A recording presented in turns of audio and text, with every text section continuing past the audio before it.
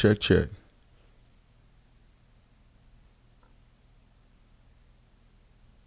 Check, check, check, check.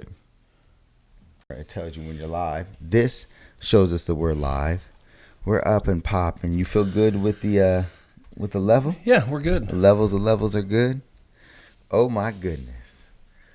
We're back like we left something. Pops, what'd you say yesterday? How come we ain't been back in a while? I said we needed a break because we didn't hear from any haters. We didn't hear from enough of the haters. Oh my goodness. Hey, have you seen any of Cam Newton's podcasts? They start off with this really catchy way that they sing. I'm not saying that we're going to start off singing, but it was just really, really cool how they do it. You should check it out one time. Yeah, I'll have to look at that. So we have a lot to talk about. We're excited. It is the new year. It is 2026. Wow. It went fast. A new blessed year. It went fast. What, do you have any of those? You know, what's the big thing? The New Year's resolution, the New Year's things. A lot of people like to start something different or do something or fulfill something. You got something off the top of your dome? You know, I want to continue to try to be healthier, happier. Try to continue to spread joy. Try to continue to thank the Lord for everything that He's enabled me to have and work on. And I really, I'm going to continue on with my, telling people to have a blessed day and try to spread love. I know some folks think that the way I word things isn't always about love, but if it's coming from my heart, to me, it's got a lot of love. So I've never been the guy that's probably always said what's supposed to be said. I just say what comes from my heart. Hey, maybe that's what's supposed to be said. So what about you? Any big New Year's resolutions? You know what? I'm going to go, look, you went all very, I think, emotional and very, it was like a spiritual That's what happens when you get older. Right? So you did a spiritual thing. So I'm going to get straight to the paper. We're going to go crazy on real estate this year. Real estate's going to be very nice in a lot of different facets. So that's what I'm bringing into the new year. And I'm going to get my six-pack back. Because right now, I've just been eating and not doing a lot of working out. So I'm going to get that six-pack back, and we're going to get up in here and feel good. Bang, bang. Yeah. Bang, bang. Hey, drop your New Year's new goals, your new things that you're professing are going to happen, your manifestations for January or for the new 2026. Go ahead and just drop them in the comments. Before we get started on some other things, I want to talk about Up the Game real quick. Up the Game. My man Lawrence Gardner. Lawrence was on the podcast not too long ago. Well, it actually was a while ago now, about a year ago or even maybe more. So Up the Game, it's a strength-based workbook for personal growth, leadership, and resilience using the 5 Gs framework. From Lawrence Gardner, he is a mental or a licensed mental health practitioner in Nebraska. He's a great thinker, a really great friend, and a great dude. He's a good dude. He really cares about the community. He does for the community. So check out his book. You can get it on the Amazons and all those things. Again, Up the Game by Lawrence Gardner. I got to get that.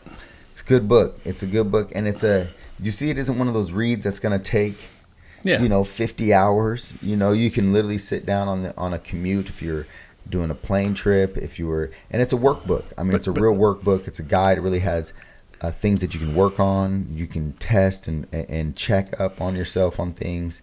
It's knowing really Lawrence, it's probably something you got to go through more than once to get the complete dive. He's a pretty deep dude. It's a continual workbook, right? Yeah. It's like something that if you're going into 2026 and you want to up the game and play chess, not checkers, you will continue with this all year, being able to check back in and make sure that you're doing the principles of the 5 Gs for this framework. Cool. It's good stuff. Good stuff. All right. So you mentioned Mamdani. I did. Brother Mamdani. He's sworn in, man. He's the new mayor of our largest city, right? I'm going to say assalamu alaikum to my brother Mamdani, first thing. So peace be upon you for the people that don't know. Second thing, he has a different thought process than what most mayors have brought to New York. Well, he's the first socialist Democratic mayor. Admitted Admitted. Democratic Socialist. I mean, that's what he ran on. That's his drive. He didn't hide the ball. No, he didn't. I mean, he was very honest about who he was. The interesting thing was, to me, Mm-hmm. he made a whole lot of promises on things that really has no control over. And I don't know how he can bend the state and federal government to allow them. You think a lot of times what moves not only a city, not only a community, but the world are thoughts and ideas that get popularized. So by the mayor of New York saying something like, for example, what's one of the things that he doesn't have control over? Well, he said he's going to freeze rent. Well, that's a statewide scenario. And he said he's going to raise taxes on anybody with over $1 million of income. And that's a state thing. That's a state thing. Okay. So, for example, if the mayor in your largest city is pressing for something and getting citizens behind something in an initiative, there's many times where I would think that would be able to spark citizens to write their senators. It would spark other political alliances and realms to be influenced by someone like the mayor. For example, we live in, or we're around the city of Lincoln, Nebraska. Mm-hmm. And if our mayor has an initiative that she wants to do something like raise minimum wage. That's a statewide thing. It's a federal thing too, but also a statewide thing, right? Do you think that her influence, her alliances, her lobbyists would be able to help to influence something like, instead of $15 in Nebraska, $16 or $17? Or Well, it's already in play in Nebraska. That's one that's already, I mean, it goes up every year for the next 3 years, I think, to get to 15. And the interesting thing about it was then they put an automatic adjustment in for inflation. So they can even go higher. Yeah, I mean, this is just kind of. But for example, table don't you stakes. think for like the last at least 4 years, she has been consistently, along with most of the other Democrats in the state, saying our minimum wage has to get to 15, has to get to 15, has to get to 15.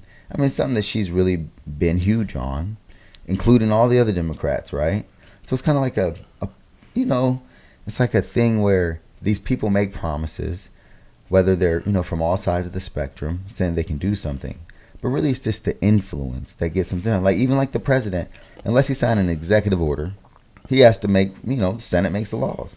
House, and, Yeah, I mean, it's like I said, it's kind of interesting. I mean, being in a position that hired people in multiple states, minimum wage was never an issue from what I was hiring. So, just because you never pay that low. No, yeah, that my expectations were higher quality than minimum.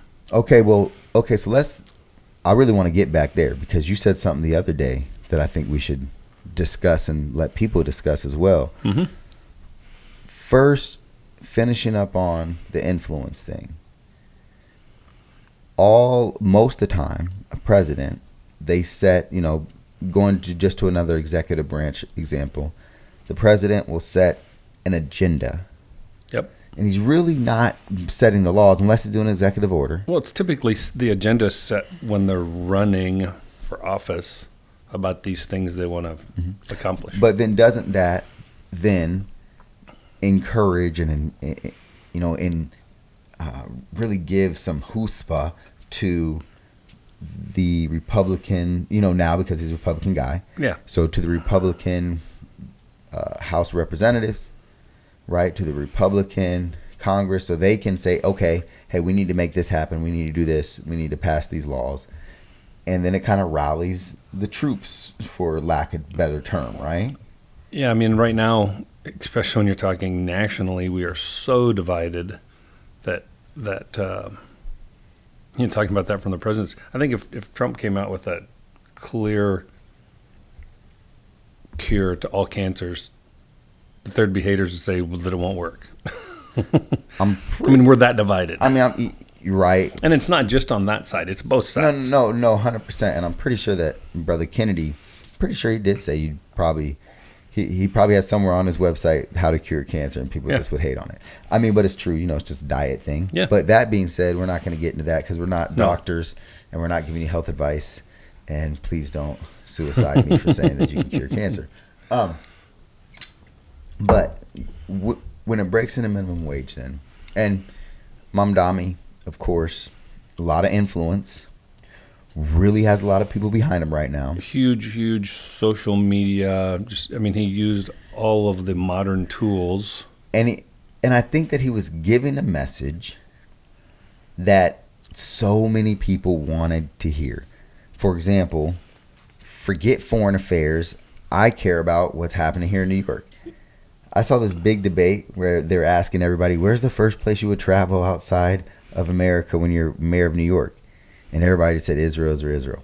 Got to, and they said it in some majestic way. It got to Mamdani, and he was like, I'm running for the mayor of New York. I'm going to stay here in New York and do work here in New York.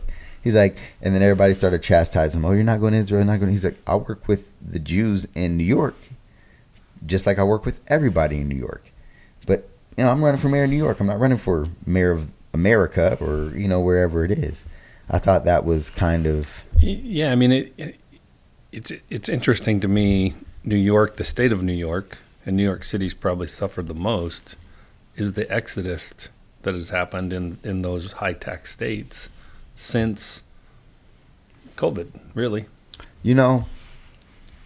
I was talking with Megan yesterday or day before, and maybe Ishma the second had sent me something. I forget the guy. He's running for Senate out of Texas, and he was just talking about you're chasing the wrong 1%, tax billionaires.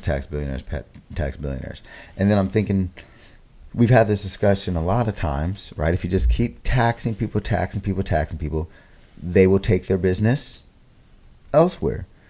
If it's a federal level, they'll take their business across the sea, right? James Tallarico, that was who he's listening to. That's the guy? Yeah, that is the guy. He kind of sounds like Obama, like his mannerisms and the way that he kind of does things and talks. I think he's actually, he might be a minister by... He is. By trade. You're right. And he's very, even though I didn't resonate with all of the message, and I was questioning things as I was listening, you want to hear him. You know what I mean? Like, he has that voice that makes you kind of want to listen. Mm-hmm. Some people have that type of voice. And I've listened a lot to him. You want to listen. Yeah. You want to hear him out just because of his voice and the way that he does it. It just feels good. Just like Obama. Like, I felt like he did it so well that you wanted to listen. Even if I didn't agree, I wanted to hear him Great say speakers. It, right? Great speakers. But if you just tax billionaires, the theory from a lot of people is they will just leave. We've seen it in California. Even companies. Mm-hmm. ExxonMobil closing down and moving. Another one of the big oil companies who has been in California for, 150 years, closing shop, moving their corporate headquarters to Texas. Mm-hmm. California's a big anomaly because, especially when you talk, fuel and energy, because it's just been a mess there for a long time. Mm-hmm. Mostly because they got a lot of people. So, does New York City run in a deficit, or is their budget balanced? Do we know that? They're at a deficit. I can look currently. It up. Yeah.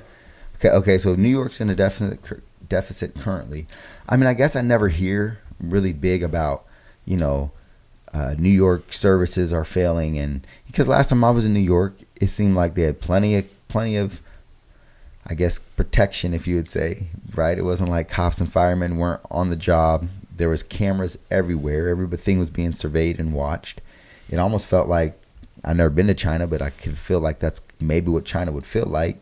But that being said, it just doesn't seem like to me, and I heard it, and I've seen a couple, memes or a couple clips where they show how everybody every year is saying, oh, if you keep raising taxes on New Yorkers, they'll just leave. New Yorkers will leave. Millionaires leave, billionaires leave. But all these things, right? Yep. But then when I looked at the data and they showed the data compared, it seemed like the billionaires and the millionaires just have not left. And there's been a very same amount of millionaires or billionaires. Now, I don't know. Maybe I'd have to fact check that. Do you think that's different? Do you think a lot of them leave? Because they keep saying they're going to leave. They're going to leave. I mean, that's why they're shifting a huge stock exchange to Texas, moving it from New York. And a lot of that, once they do that, then those people can move, and they will move. The interesting thing is New York City really produces nothing except that's where the financial capital is. Sure. Like everybody just wants to be in Manhattan or in that. If you're in the commodities district. and the trading, if you're in that stock market world. Right there by Bowling Green. Yeah. Right up the street is NYSE, right? Yep. I stayed there just by chance. Yeah, so it looks like they're somewhere around a $3.6 billion deficit. Okay, so they're in the hole. Heading to 9.7 in fiscal 26, 28. Due Wow. to under unfunded programs. Wow. So, let's see here, New York City, if they'll tell me from 2010 until now. Let's see what the AI can do, y'all. Let's see what the AI can do. Let's fact check this little video I'd seen. Isn't precise. Texas, I mean, there was just a thing this morning. So really quick, Pops. It says 35,802 millionaires in New York City in 2010. In 2020, let's see, 5. I would think it went up. That can't be. I guess it's saying, wow, 2025, 384 to 400,000 millionaires in New York City. So what is that just because so much money was made during COVID or what? Well, just real estate itself went up so much. 18,000 estimated in 2010. 2025, you have 384 millionaires at the conservative rate. Is that crazy? But you're talking that's millionaires. possible, though. But millionaires, I mean... They make money. Well, real estate, I mean... $1 million isn't what it used to be, and you're talking net you're worth. right, but I'll take worth. $1 million. I'm just saying. I mean, I'll take $1 million. Probably the better litmus there would be to look at billionaires, because that's because they say they're going to tax actually anybody with an income over $1 million. Sure. Well, most people don't have an income over the $1 million. Wow. Okay. They have a net worth of $1 million. Sure. No, I dig it. I mean, in New York, if you own self-disclosure, I don't have a net worth of $1 million. If you own probably a nice condo in New York that you bought 15 years ago, you're probably a millionaire. You're probably a millionaire. I dig it. Okay. And it may be a really small, tiny spot. If anybody wants to get rid of their condo in New York City, don't worry. I will take it off your hands. I don't know if I can afford the taxes. I'd be careful. Okay. I don't know if I can afford the taxes. I'm just kidding. All right. 2010, estimated number of billionaires in New York City, 60. Approximately 60. Yep. Okay. 2025, 123 billionaires. Mm-hmm. If they have to live there, I feel like if you're a billionaire, you don't have to stay. Yeah. It's like, look, I'm a billionaire. I'm going to get up out here, right? But why do they still want to be in New York City if they're getting taxed so much? Like, does it just not matter once you have so much money? Or they're just skirting the taxes? They're getting around it? They're not going to tax net worth. They're going to tax income. Sure. I understand that. So 100%. So that's a big difference. So, but I mean, ask like, AI, they're making some money. Ask AI how many people have a personal income over $1 million in New York. Because that's more of a truthful statement. Yeah. So, I just feel like some people would have, just left. But if they couldn't get around it, if they couldn't, you know what I mean? Like, I guess I feel like it already would have happened big time if they would have got up out of here. Okay, here we go for the income. Do this for personal income. This probably takes some time. Somebody else is going to help us out. Per capita personal income. I said for billionaires. So here's a good one. New York City's population peaked in 2020 at around 8.8 million people. Okay. But has since declined to 8.48 million people. So in 4 years, they lost roughly 350,000 people. Was that all the people ICE kicked out? No. We haven't deported that many yet. Just say it. I know I'm not being insensitive. That was kind of like serious, guys, because a lot of people are getting deported. All right. So 79 estimated number of billionaires in NYC by, I said do it by income, worth combined. Approximate historical look, billionaires. I don't know if it can do us for us. It gave us another 79 to 123. Yeah, we'll have to get deeper into that because just like Pops is saying, right? Just because you have $1 billion doesn't mean you're getting taxed and all that, because it could just be in stocks. It could be in paper wealth. Okay. Now, and I think there has to be a little bit of truth too, that if people were so downtrodden by taxes, they would just leave New York by droves. But they're there. They like the city. Everybody wants to be. Like, people want to live in that city. It's nostalgic to people. Then another thing I would like to say is I truly, truly believe that a lot of these... They lost Lincoln in 4 years. What's that? Well, they lost 400,000 people, which would be the size of Lincoln. Sure. In 4 years. I dig it. That's pretty substantial. I dig, but not billionaires. No, that's just people. They lost probably a lot of people who can't just afford to live in New York. I was looking at what it costs to have an apartment in New York. Oh my goodness! Like, it's stupid. It's like $6,000-$7,000 for just an apartment. If you want a house, so that's crazy. Like, who can afford that other than millionaires and billionaires? There's. I mean, I'm just saying that's crazy. Most people are living in apartments in New York because there's not housing. But it's just crazy how much they cost. Yeah. I mean, what do you get paid in New York? $80 an hour, like, just to work at a gas station, or what? How do you live off that? Is what I'm saying. I don't even understand how people. That's a problem. I would assume a lot of people are just leaving New York because they can't afford it in general. Yeah. Now, that's one of the things that Mom Donnie was saying he wanted to do, right? Is make New York more affordable, make it livable. So if you one of the things he said is he's going to freeze rent. Yeah. So he's going to freeze rent, but property taxes are going to continue to go up. So what are the people that own those buildings going to do if they can't make money from renting them? They're going to give them back to the banks. They're going to walk away. Just walk away. Or close them up. Or if they are, if they own them, if they already own them and they just have to maybe pay more taxes on them, then maybe they'll just try to sell it to somebody. Or just shut it down. I mean, there's lots of things. Now, you had said something yesterday that I wanted to cycle back to, but now I probably forgot because we didn't take it far enough. I think it was about taxes. Darn it. Maybe I got into it here. But anyways, Mom Dami's trying to do some bigger things. I don't know. I don't live in New York. I've only been there twice, and it's not really, it just doesn't really affect me.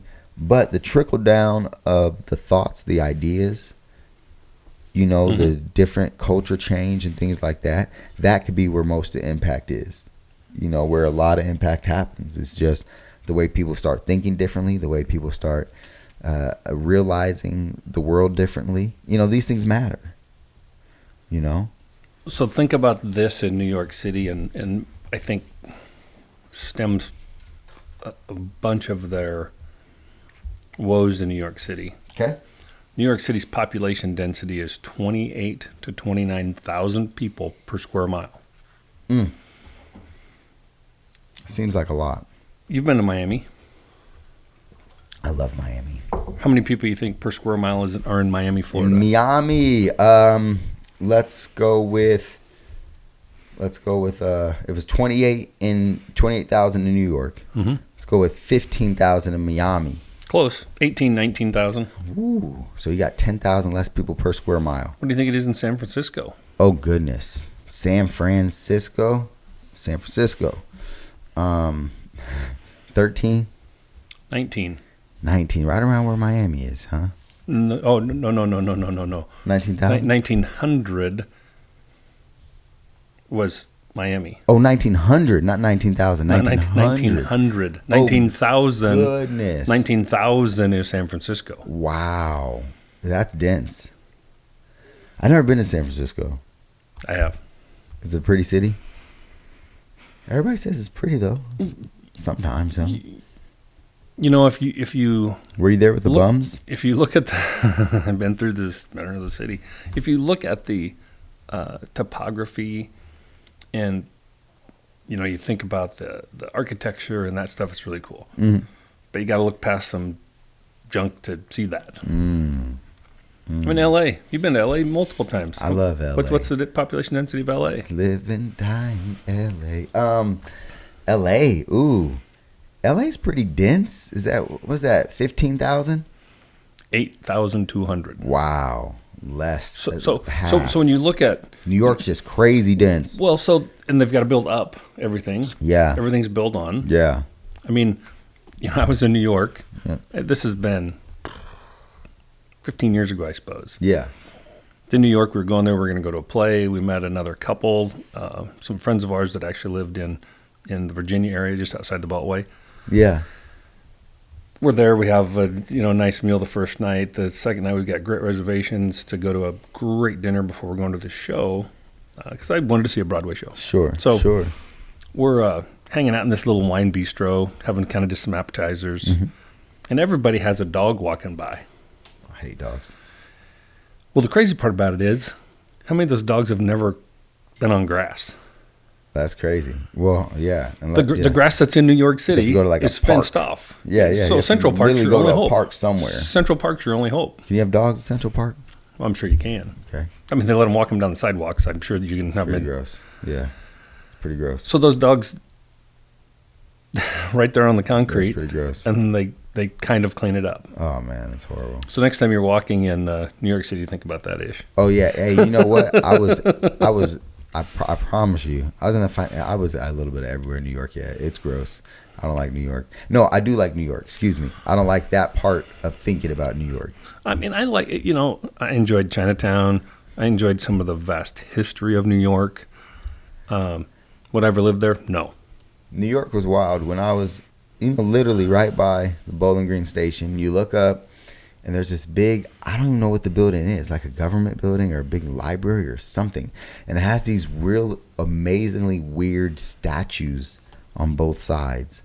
And like one of them legit looks like that, that Baphomet figure? It's kind of like that.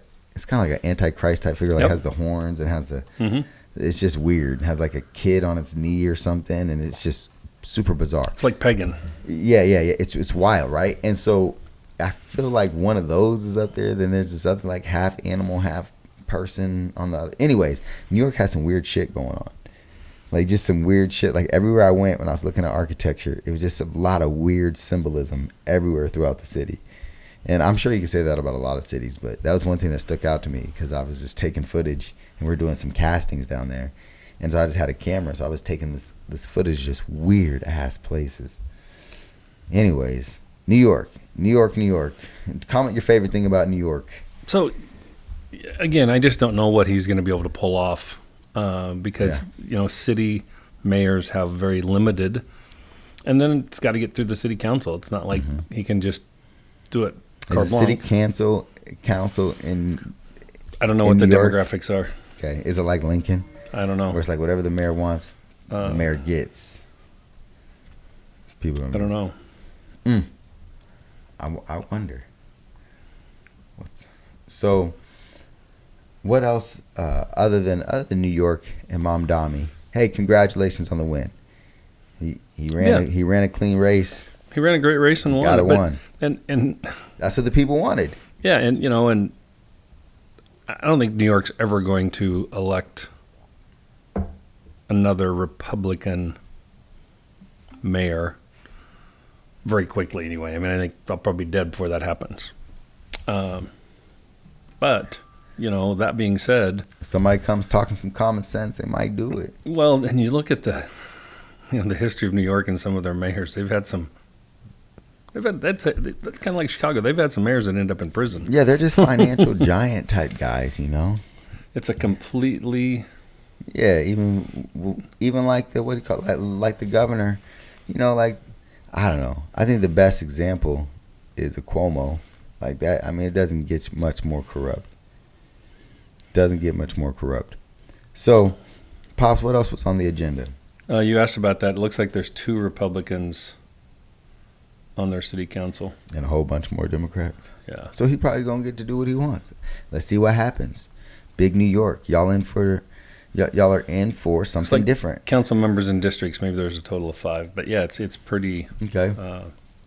It's pretty left-leaning. Yeah. All right.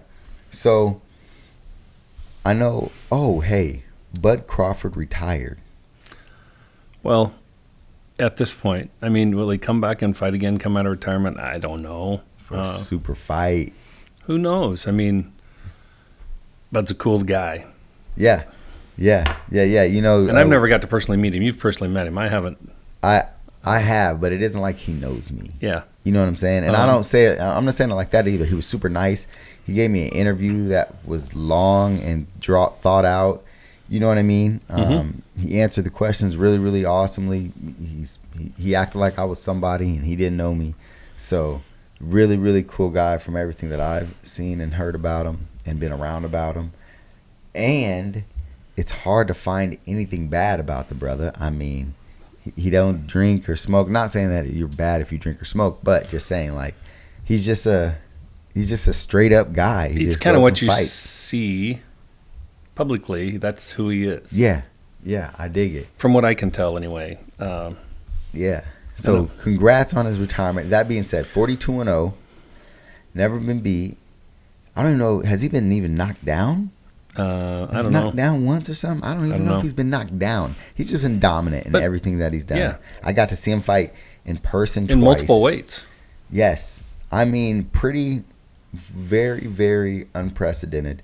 Now, did you hear about the whole drama of, before he retired, of paying for belts and all that? And he's like, I'm not paying one commission more than another commission and all this. He's like, I don't even care about these belts. Like, I got the ring belt. I don't care about your belt you're making me pay. So it's $300,000 they want him to pay to keep this belt. Yeah. And he was looking like $300,000. If you don't know, Bud Crawford does some real estate investment. He's bought almost like 2 blocks of Omaha now, of kind of his old neighborhood, where he's just buying the whole block and reinventing it and things like that. That being said, he's probably looking like, I can buy almost 2 houses for that on my block. Like, why would I put that in a belt? I think that's sound financial kind of thought process. Well, he's not going to be extorted. Yes. I mean, which is kind of brings me to another topic of extortion. I mean, this whole portal thing of basketball, football. I mean, listening to coaches, they said it used to be about, facilities and academic support, and now it's just about how much you're going to pay me to come here. And that's kind of interesting. Sure. We were having that conversation 2 days ago. At the game? Nebraska game. Thanks for taking me to the game, Pops. And I think it was Calipari that came out and said, these guys are going to have 4 different schools, 4 different years. Mm-hmm. And if they don't make the pros, they're in trouble. I mean, they're going to get their first job and that like $50,000 a year or $60,000 a year, and they're going to be like, that's all I'm worth. That's a decent job. It is, but these kids are used to getting $1 million, $2 million a year.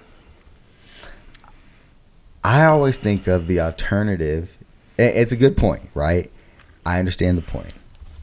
I always think about the alternative of how many of these guys from the past never even got any payout, right?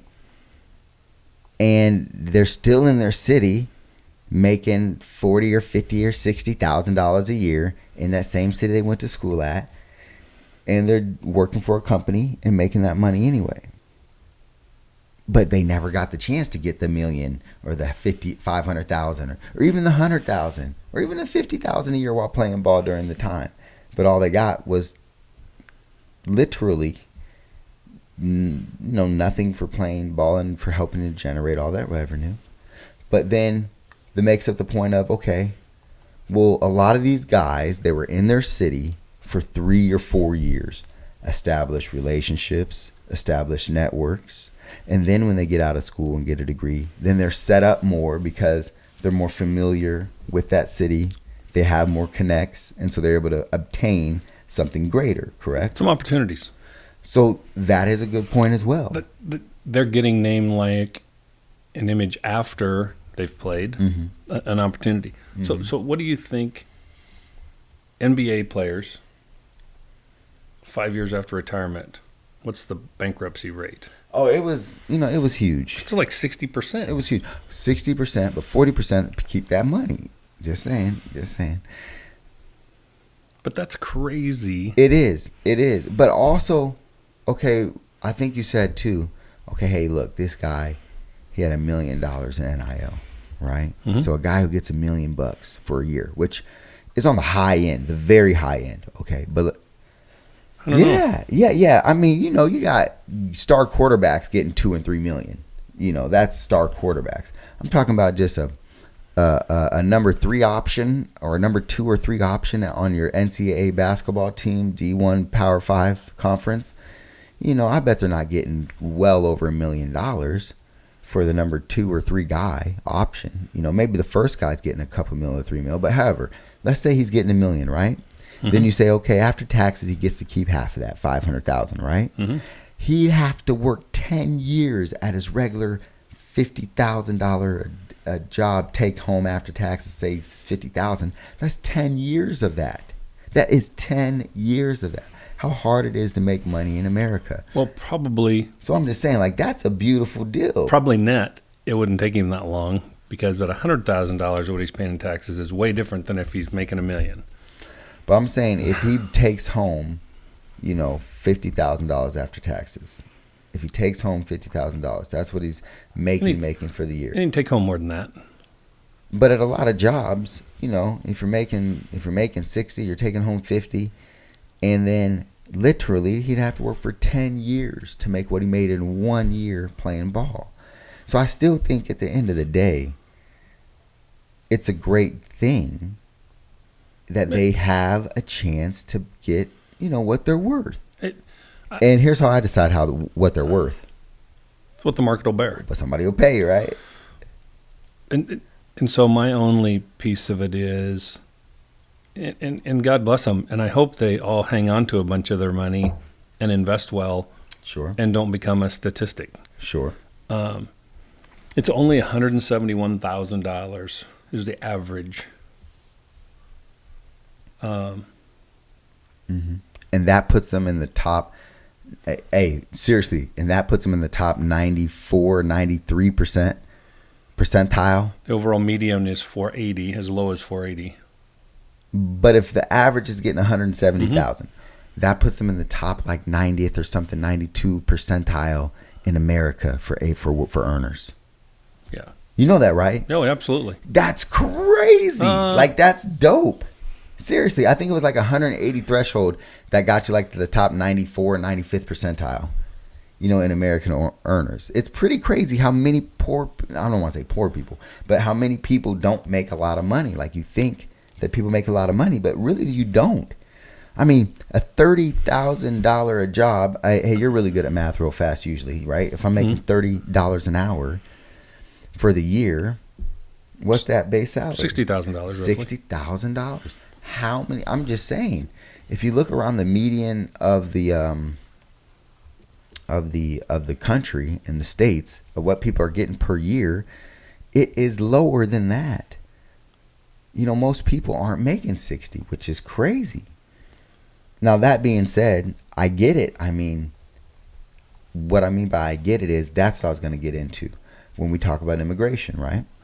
So one of the things that you were talking about the other day where you said, well, hey, look, if we want the minimum wage, or not even the minimum wage, excuse me, if we just want wages to go up in America, right, then it's hard because you say if an immigrant will come, and even if they're an illegal immigrant, will come and say, hey, I will do the job that you will do for 30, I will do for 15, or I will do for 20. Then you say it's hard for companies to not just go and hire that person that will do it for less money, right? And then it brings down the overall market worth. It suppresses the labor market value.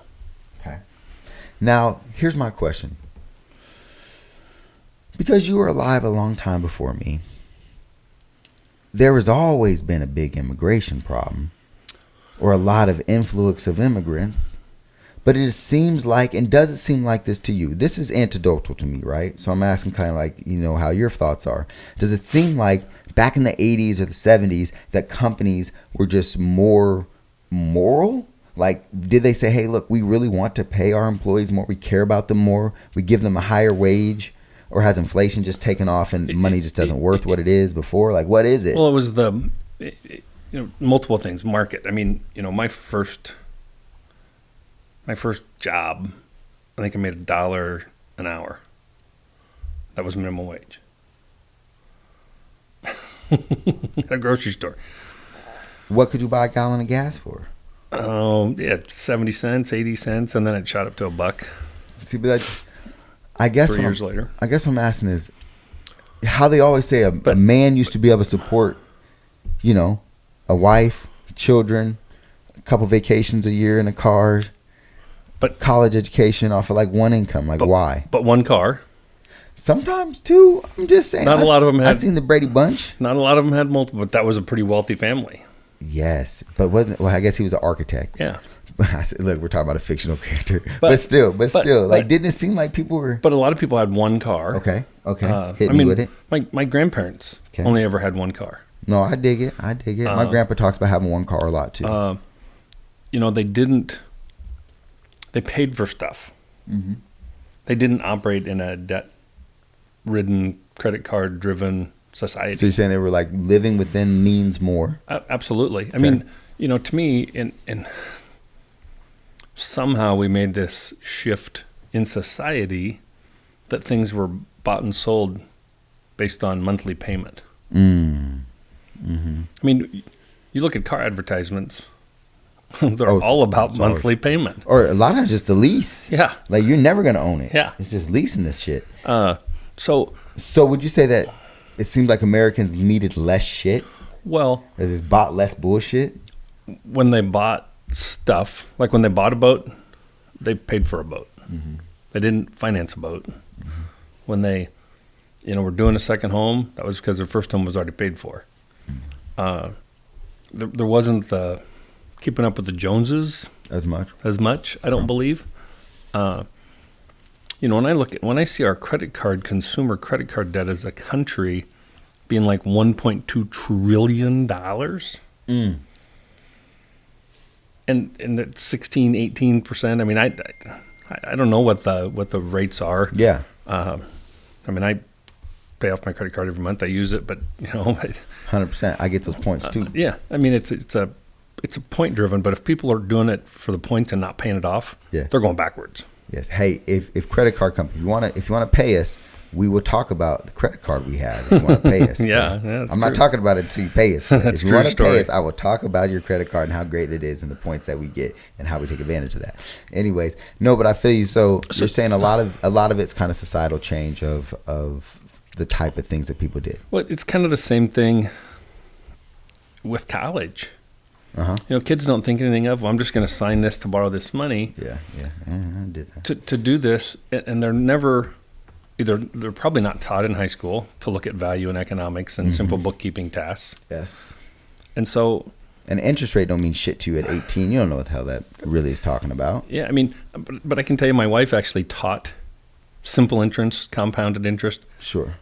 To 7th and 8th graders when she was teaching. That's dope. I don't know if that's taught anymore. Well, I never had a lesson in it, but they do make you read and fill out some things, but you're just trying to get some money. You're not really paying attention to it. And you don't, I think it maybe would help if they showed people, like, okay, for example, when I do a commercial real estate contract, I like to put the ball up front, right? I don't like to hide the ball. So a lot of people say don't put the total value of the lease or even the yearly value. Just tell them the monthly payment is going to be, right? I like to, on all my letters of intent and on my leases, put exactly not only your monthly payment every year, say you're doing a 5-year deal, what that's going to cost per year, like if it's $30,000 a year or $28,000 a year, not just how much it is, per month. Yeah. And then what the total lease value is. Hey, this is a $220,000 lease over this 3 years or this 5 years or whatever, right?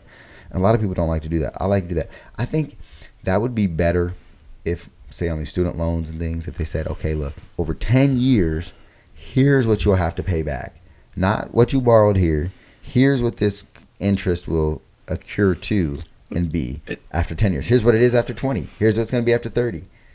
And the crazy part about it is today, unlike when I was a kid, we'd have to I mathematically figured that out. When I bought a car, I knew how much was going to interest and how much was going to principal because I did that as calculations. Mm-hmm.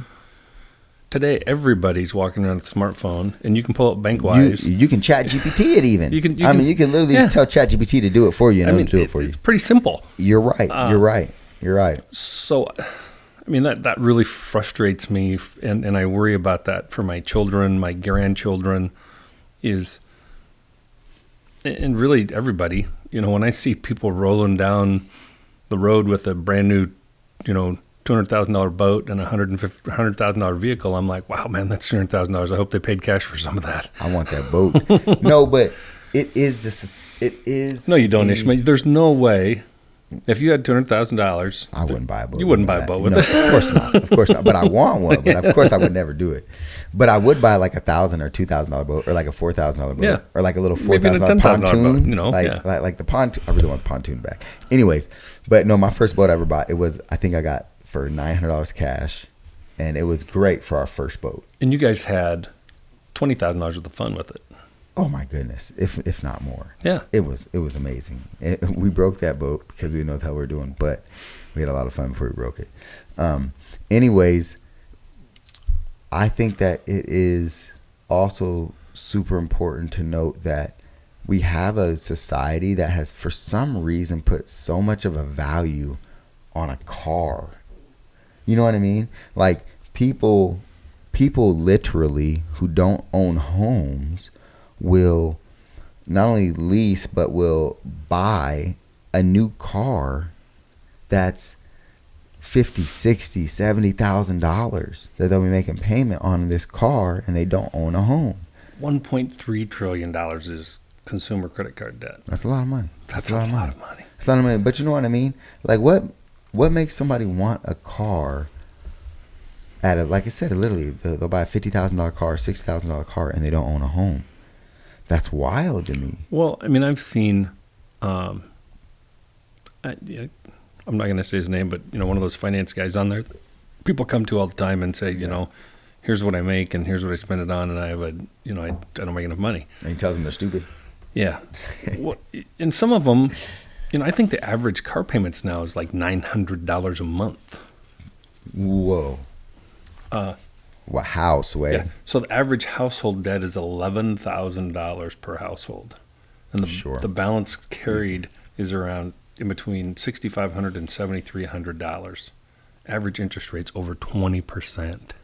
Yeah. Those are those 21 between 21 and 23, and a lot of people take that cash. It can't be. It's got to be people older than that to get to 1.3 when the average is only 11,000. That's a lot of people. Yeah, no, I was talking about those interest rates, right? Yeah. Oh, yeah. Because interest rates are crazy. Like people would pay 21 to 23%. But even when interest rates were really down in the 2-3% area, credit cards were still at 16-18%. Oh yeah. That's what they do. Well, and if you take a cash advance, it's even more, I think. Oh yeah. I've never taken a cash advance on a credit card. Peep this. One of the things that what's his name? The Berkshire Hathaway guy. Warren Buffett. Warren Buffett, thank you. Warren Buffett one time did a radio show, and a lady called in. She's like, I got about $3,000 to $5,000 that I want to invest. What would you tell me is the best place to start off with? And he says, do you have any credit card debt? And she's like, yeah, we got about $6,000. He's like, pay that. Just pay that. He's like, there's nothing I can tell you that'll pay 19 or 21% return. Like there's nothing I can do to make you more money than for you to pay all your credit card debt off, so you're not paying interest. He's like, that's the best thing I can tell you.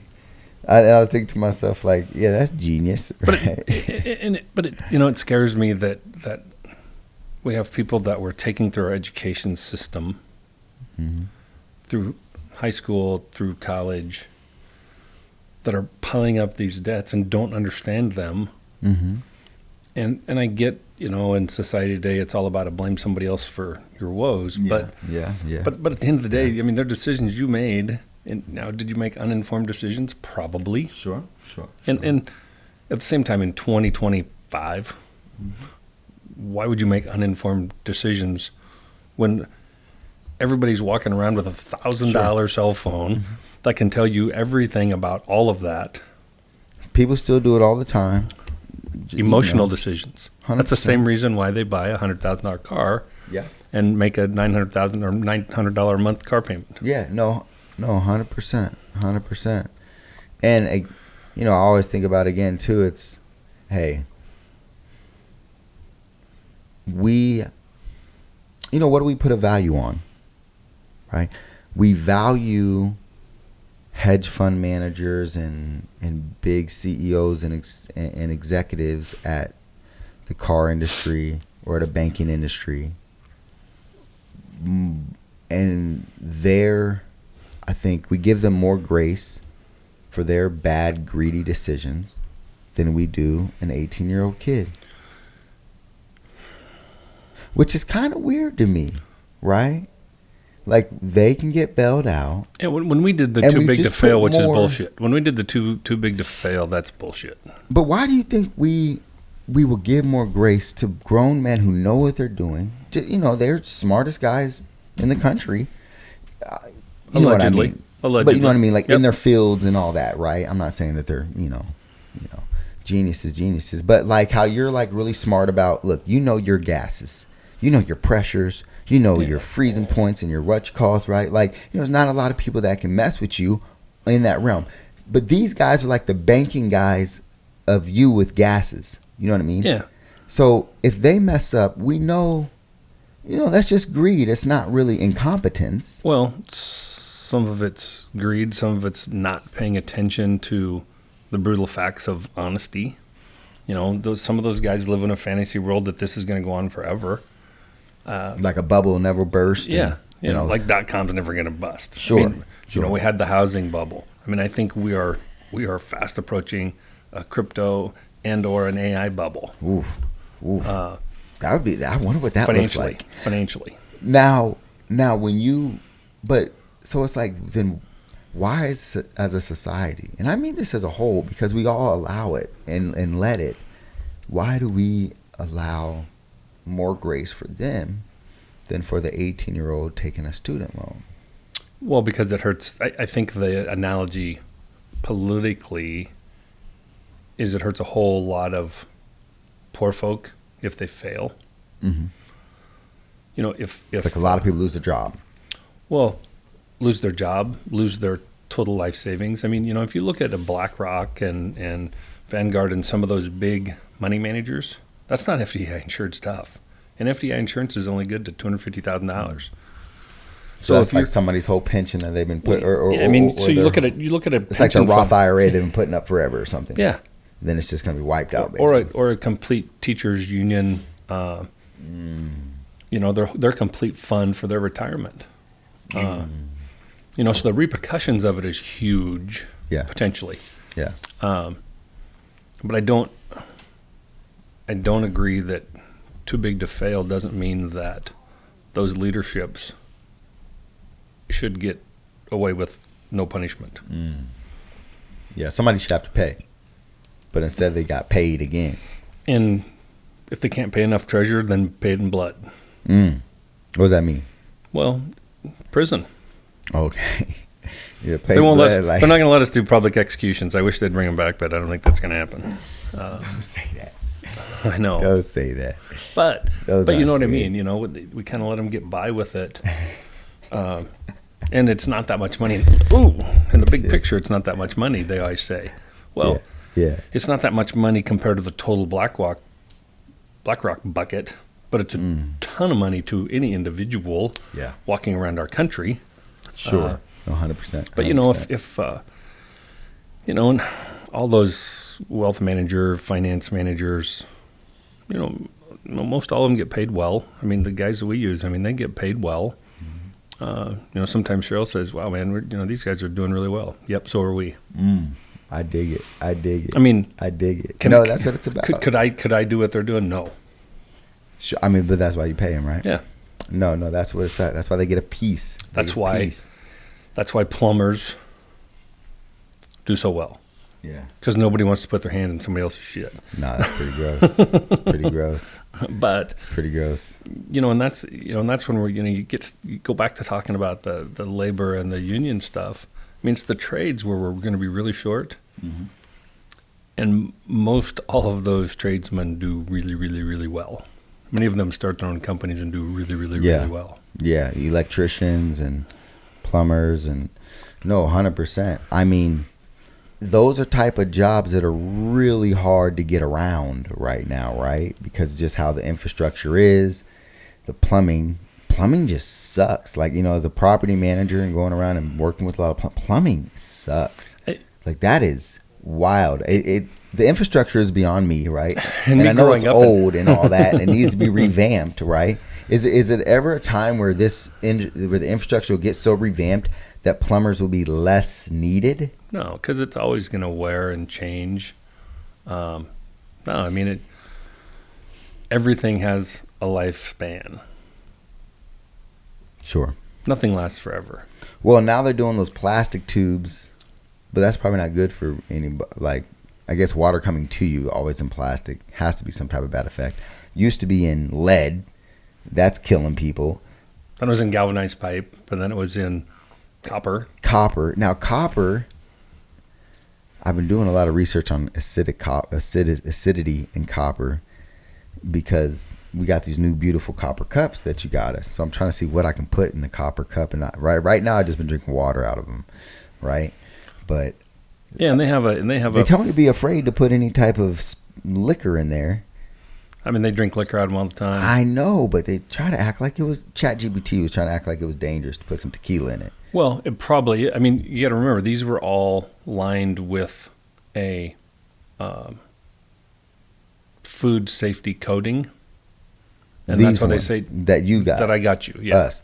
Okay, so the copper's not right there. It's lined with something on the copper. But you're still getting a lot of the grounding and all that stuff because you're hanging on to it. Okay, so you're still getting the effects. See, I'm trying to work this through my brain, guys. Somebody tell me something. It's like copper socks or walking out in the grass in your bare feet, getting grounded. Get out there. Get rid of those negative electrons and get your body in balance. A lot of work done on that. Perfect. Okay, so we're gonna mess with. We can drink something out the copper. Look at me. I'm talking about liquor and drinking. I need to. You went from 6-pack to liquor and drinking, man. Right, and to eating whatever I want. But I tell you what, no joke though, it's like I really, really, because even if we drink some tequila, it's like 1 or 2 drinks. But the thing about it is when I was fasting really good, of course you got to do, kind of a liquor fast as well. And you got to, man, I mean, I feel like that does have something to do with body types. But then again, maybe I'm just getting older. Because a lot of kids, they can do whatever the heck they want. And they're just freaking stacked no matter what. I start my my next fast on January 5th. What, you doing that 3-day? Yep, 72 hour. January 5th? Yep. That's Monday. Yep. Let's see what I can do. If I can get it in with you. So one of my... That's just a water fast. Right? Yeah, the only thing is water. Just water. H2O. No coffee. No. Just water. One of my fasts. It's not really a New Year's resolution because, I decided I was going to do this back in November. I did a fast every quarter last year. Mm-hmm. And I said this year I want to do one every other month. Ooh, bi-monthly. And my goal is hopefully the following year to do one every month. Look, Pops, they say just doing a 3-day fast 4 times a year is supposed to put like 10 years of life on you or something. Well, it's supposed to add like 10 or 12 months onto your life. I bet it's years. You know why? That's so huge. Like you take that cleans you out. That 3 days. Not only that, but then you start attacking bad stuff. Mm-hmm. That's it's the truth. It's the truth. It really, I mean, I always feel better afterwards. I feel physically better. So what we call Nation of Islam used to always say that one day of fasting is worth 1,000 pills of medicine, right? Well, so you got to get 3,000 pills of medicine. People that I talk to about fasting are like, man, 3 days is too long. I said, so start off doing 24 hours. Sure, yeah. Or 48 hours. Mm-hmm. Just because I'm doing 72 doesn't mean that's, right. Start somewhere. Right, 100%. Baby steps. Yeah. Baby steps out here. Look, if you go a full 24 hours, you feel different. A full 48 hours, you really feel different. And then you stop getting so hungry after 48. Yeah. After 48, you got to get to 48 to stop feeling so hungry. That's what I've noticed in fast. So once you get past 48, then you're like, hey. And you can't be around a bunch of food and a bunch of people eating shouldn't be at nonstop. the buffet. I can't. You can't smell them French fries. Yeah, and I can't. That's just crutch. Me. I can't. It's almost like abstinence. I mean, I got to get away from it all. Got to get away. No, 100%. I'm with you. And so I'm trying to get that done before we take off for a little winter trip here. So. Ooh, so fun in the sun in the desert. Well, warmer. I don't know that it'll be. I mean, although it's been really nice here. Oh man! But we'll get to play some golf and we'll get to see some old friends and get them in. Life, man, live. That's what it's about. You got to continue to live. Now we got some people living, and there's been a big issue of people talking about fraud. Right? Fraud has been the name of the game. Minnesota. In Minnesota, okay. But it's not just there. Okay, so. Go ahead and give us a little breakdown of what's popping. Well, allegedly what's popping. Allegedly through Health and Human Services and into the Social Security world and Medicare, Medicaid world, people have false claims in to get reimbursement money. Some of that is federal, some of that's state. Mm-hmm. It's crazy that a YouTuber from, I don't even know where that kid's from, man. I don't know where that cat's from, but he does this big deal out there showing these empty daycares, trying to talk to people about it. He does more investigative reporting than the major news networks do about it. And then the major news networks do more background checking on who this kid is rather than if this fraud's really happening, because they obviously believe it's happening. But it's you think about how much money the fraud is taking away from people that really need it. And that's where I get upset. So I finally watched some of the YouTube. Mm-hmm. And then I also, like I like to do, if I like somebody, if I think that something's good, right? For example, when you ask Megan, hey, is this good for me? Right? Yeah. She'll go and do research or maybe already knows, and you'll pop in, what's bad about this or what's not legit about this or whatever, right? So after watching some of the videos from your guy, I forget his name, I went and tried to see what else he does or what the contrary opinion to this is, right? So they say your boy shows up at immigrant site ran daycares or known to be a lot of immigrants, right? Just a white dude with a camera crew, no kids, goes to a daycare, says, let me come in and film in your daycare. Now, I happen to not only have worked at a couple daycares in my career, but I have worked at a couple daycares. But not only that, but I also, as a commercial real estate guy, have tenants that have daycares. I can't even just walk into the daycare and film during regular time, and I'm the property manager, right? I can't, when I go to the door, if people don't know me, they're not even gonna let me in. Literally. They'd be like, you're not on our list to come get a kid. No, you don't get to come into the daycare, right? So first thing, why would they let just a random stranger into a daycare? First thing. Second, I don't know if he actually got in any of them. No, he tried to. Well, the one he did get in because he tried to, but what they're trying to say is they're like, oh, he's not they're not letting us in to daycares. Well, why would they let you into a daycare? Like, they got no reason to do that. It goes against HIPAA, it goes against everything of coming in and filming kids. Not only that, filming the daycare, not only that, just getting in. So there's that. Is there some type of fraud somewhere? I'm sure. You know who found some fraud in one of those daycares? There's an American. There was, I guess, multiple cases of fraud. The FBI at this point has found plenty. 100%, but one of the big ones was from a corporation. What is it? Feeding Our Future founder. This is Amy Bach. She forfeited $5.2 million. That was caught during the Biden administration. Tim Walz, who I'm not a fan of, right? He's gone over or after and found billions of fraud and shut down, places that in totaled of billions of fraud as well. I guess what's weird to me is that this gets highlighted. I think a lot, I'm keeping it real, because it happened to be in immigrant communities, in immigrant neighborhoods. Not when I say immigrant, I'm not saying illegal, right? Because there's lots of different immigrants here that are legal. And I think that it gets highlighted because of the angst against immigrants in a land full of immigrants. Well, I think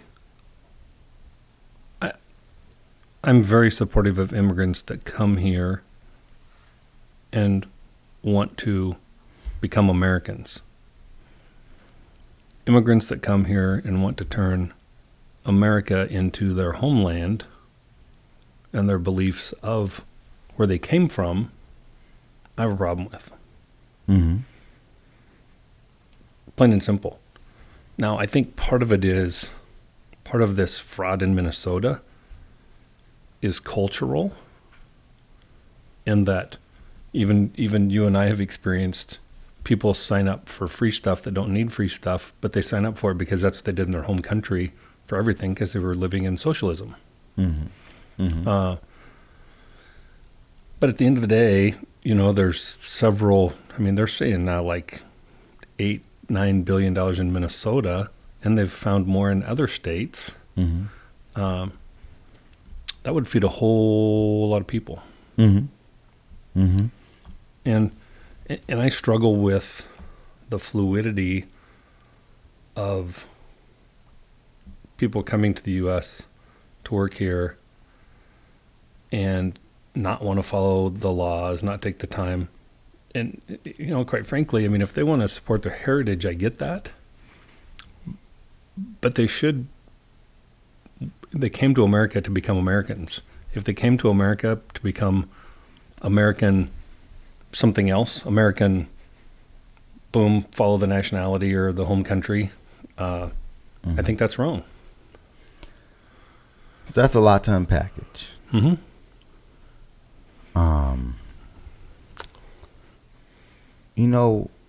For example, in America, I guess I say, like, why are we? It seems like sometimes that different sets of immigrant culture is accepted more than others.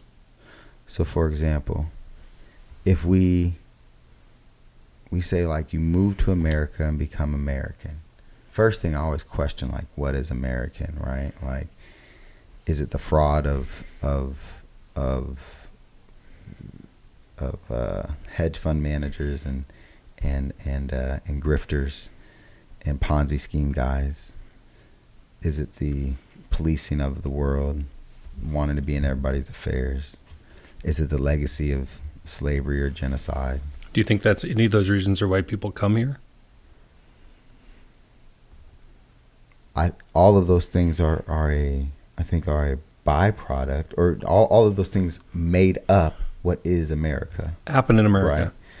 They made up what is America. Like, why we're the strongest, richest country in the world. Like, why we were able to acquire that. Well, per capita, we're really not, but everybody always claims we are. People keep coming to here for the success of America. Why is America a success? Of course, that's another huge, big packaged thing. But I guess what I'm saying is Chinatown, right? Chinatown. Like, we love Chinatown. Is one of the things you mentioned you liked about New York, right? Mm-hmm. That's not American, right? Like, Chinatown is keeping Chinese culture, Chinese customs, Chinese heritage, Chinese food, Chinese music, Chinese dress. But I've been to Chinatown in Chicago. But what do they leave home? What do you not see in Chinatown? You tell me. You don't see the Chinese flag. In Chinatown? Maybe I'm wrong. I mean, I haven't seen it. I've seen a lot of red. Didn't stick out to me. Okay. I don't know. That's probably a good one to ask, though. Yeah. Okay. So let's go to New York again, to wherever there is a big establishment of Jewish people, Ashkenazi Jews, right? Mm-hmm. Do you see a bunch of Star of David flags? That is the official flag of Israel. Now you see a lot of people wear them. Oh, you see a lot of flags. You see a lot of support Israel flags. Oh, I'm just saying, yeah, like, since in a Jewish last community, Jewish community, there's going to be a lot of that. And when you go to Little Italy, everywhere you look, on every sign, on every business and everything, is a what? Is it Italian flag? But there's a lot. I grew up seeing a lot of Italian flags but most Italians in South Omaha. They came here through Ellis Island a long time ago. There's a lot. I guess what I'm saying is the immigrant culture, from whether it's Italian, whether it's German, you go to what do you call it? You go to a lot of these places, and you see other countries' flags. They just happen to be accepted. The European flags that are accepted, and people feel good about them. I know Israel, that's not a European, that's a Middle Eastern thing. So this makes sense. So in China, you typically see the Taiwanese flag. Okay. So however it goes, what I'm saying is, it seems like some immigrant communities, heritage, culture, everybody's gonna eat pizza. Everybody is celebrates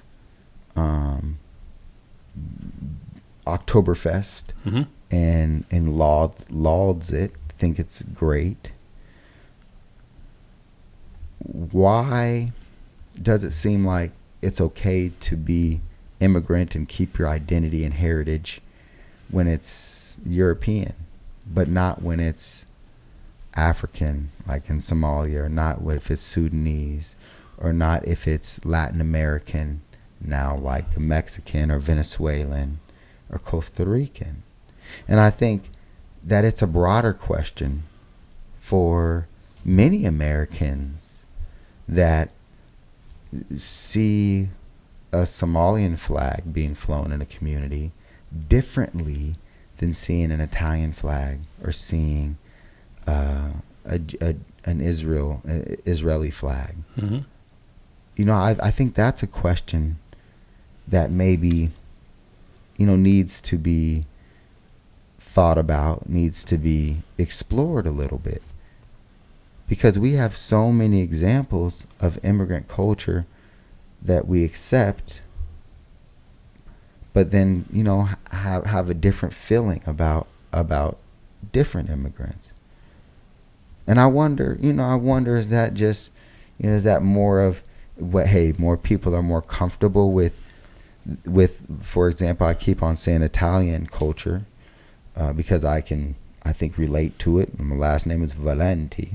Well, and we post World War II, a lot of Americans brought Italian wives home. So one thing that's crazy to me that I think, again, sticks out. During World War II, you had even segregation in the army so much to whereas soldiers couldn't sit and get fed, black soldiers, in certain bases Mm-hmm. in Europe at a certain base because they were black, but they would allow Nazi soldiers and Mussolini Italian soldiers to sit there, but not the black soldiers. Now, and it wasn't even just black Americans. It was black soldiers from all black over the world. soldiers, Yeah. especially. But let's talk about the black American soldiers who are fighting for the Allies against the Nazis and Italians. But now, even remember, we fought a world war against an axis of evil that we called against Italians, who was under Mussolini, and against the Germans, who were under Nazi rule from Adolf Hitler. And the Italian immigrant community can be more accepted than a Somalian community. It had nothing to do with taking over the world or helping to commit a genocide on. If history right now still stands very firmly, they say it's 6 million people or whatnot. I don't care if you want to debate the number, but it doesn't matter to me. But again, I find it just in some ways, and I'm not saying that there hasn't been Italian communities that have experienced angst or hate from people or some type of discrimination, but just as a whole, it seems like there's a different feeling when it comes to certain immigrants. If we're talking about Ukrainian immigrants coming from one of the most corrupt countries on record in the last 30 years, but we feel different about that immigration force compared to a Sudanese or a Yazidi or something like that. It's kind of weird to me. It is. Part of the problem is the United States kind of has the loosest world immigration everywhere. And people want to come here because of the successes perceived. Mm-hmm. And when they get here, they don't like our laws. Okay. So it's no different to me than an immigrant that becomes a U.S. citizen pledges allegiance to the United States. Okay. They're not pledging allegiance to their home country. And in some Somalia, I mean, you brought it up. I mean, Somalian, culturally, it's okay to lie. Is it? Yeah, I mean, I was reading about that. I didn't say that. No, I know. No, but you brought up Somalia. Okay. Somalians, it's okay to lie. I've been reading on some of the culture things, trying to figure out really the basis of what's going on. Are Somalians Muslim? Yes. Okay, well then, I mean, any true Muslim knows that it's against your religion to lie. I know. It's actually how you're obligated to go and find the truth, even in a rumor. But you have. I mean, I would just have a hard time painting Somali culture as it's okay to that's lie. True Muslim. Sure. Like I said, I would have a hard time just saying Somali culture, it's okay to lie. Because, that would, I mean, I would have a hard time saying that about any culture from anywhere, that it's just okay to lie. Like, that seems really, really,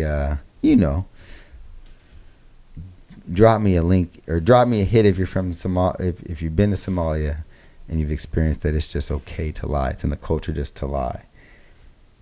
Now, are you doing some? I'm just going to look up because I've read some different stuff. Okay. Yeah. So, and again, I would I wouldn't try to. I don't think say that about any place, because I think a lot of people. Of course, there's a lot of liars everywhere, but there's a lot of people that, have a strong integrity about themselves and the way that they feel, or from wherever they are from, right? Now, I want to bring up, because I know that point blank, fraud isn't cool. And a lot of money is wasted in the efforts of fraud. But again, I find it odd, right, that there's so much blasted about this fraud right now, right? and especially even Trump said it, right? That this, we're not going to let this happen. We're going to go, we're going to find out, what's popping and all these things. Okay. But I didn't agree with him throwing the entire Somalian population under the bus. Sure. But that's what he does, Yeah. He's from New York. I mean, shots are fired from Trump from everywhere. Like, he'll do that to anybody. Yeah. Yeah. He'll throw you out. He'll throw you out and he'll bring you in. You know what I'm saying? It's the same guy that supported Mike Tyson, but then also took out the full page ads on the New York 5 or whatever, right? Or the Central Park 5 or whatever. Those Yep. kids that he did. So this is coming back to the lying is, if they can protect the clan system, because they really kind of have a clan system of culture, if they're protecting their clan, they can protect their clan at all cost. Sure. And I think that's about anybody, and especially what we've seen in America throughout, time and time again. Yeah. Absolutely. But that being said, when it comes to fraud, how come, for Mr. Trump, fraud is not a problem for, I'm just say some names, right? Devon Archer, securities, tribal bond fraud, longtime business partner of Hunter Biden even, right? Convicted in 2008 of securities fraud related to $60 million in tribal bond issuance where funds were misused instead of benefiting the tribe, right? It sounds like a native guy or something. Okay, granted full pardon by Trump March 2025, right? Conviction stemmed from misuse of bond proceeds and conspiracy charges. He was ordered to pay more than $43 million in restitution. Now he doesn't have to pay anything. Why? But that fraud's accepted or turn the other eye. Hey, that was Hunter Biden's homie. Here's the type of hypocrisy. Oh. This is Hunter Biden's homie, right? Hunter Biden, one of the most corrupt brothers in recent history ever, someone who Trump vehemently ran basically kind of against, even though, he's riding against dad, but he's bringing up Hunter a lot. And all this Hunter Biden conspiracy stuff was huge and also was part of the original, I think, fraud of the election of suppressing that information that probably would have won Trump the election in 2020, right? So just saying. Yeah. So what? Just saying. What deals prosecutors make, I never know or understand. But then you pardon this brother. Okay. Everybody knows now about Todd and Julie Chrisley, right? The bank and wire fraud, tax fraud, frauding the federal government out of money, not paying their fair share, doing crazy shit. Lots of money. This isn't a little bit of money. This is lots of money. Full pardon. That was 2022. They were convicted of bank fraud, full pardon. Conspiracy, all that. Scott Howard, right? Mail and honest services fraud. Again, millions and millions of dollars, public funds, contracts, pardon. It goes on and on and on. But one person I want to really, really, really point out really quick is, and this is coming straight from the people, Lawrence S. Duran. Lawrence S. Duran. Lawrence S. Duran. Okay. Conspiracy. He committed massive healthcare fraud. One of the biggest healthcare fraud cases ever. Hundreds of millions of dollars. $205 million caught, but it was up towards of $1 billion that people were saying, right? Him and his wife had a bullshit therapy type joint. They're getting Medicare kickbacks, taking it, going millions upon millions. They were supposed to pay back $87 million to the government, right? Seriously. Yeah. Their sentence was just commuted in May, just this summer. Original sentence was 50 years in prison. Supposed to pay 50 years in prison. Good time, you probably do 30 or something like that, right? $87 million you're supposed to pay back. $205 million. But your boy pardoned him. I mean, here's from the pardon, website, right? He gave them the full pardon. Why? Why do we care so much more? So these are people that have been charged These people that have been stopped, these people that have been convicted, did some time, did some restitution, and then were pardoned. Why they did that, I have no idea.